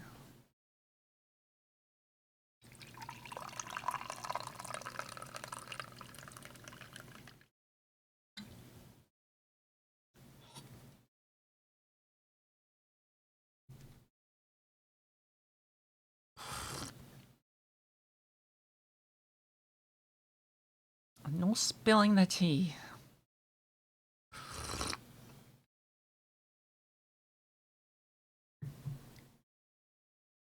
Hot. Very hot. E. Too hot. E? Double E? So yeah, we're gonna keep that one. My repository of things.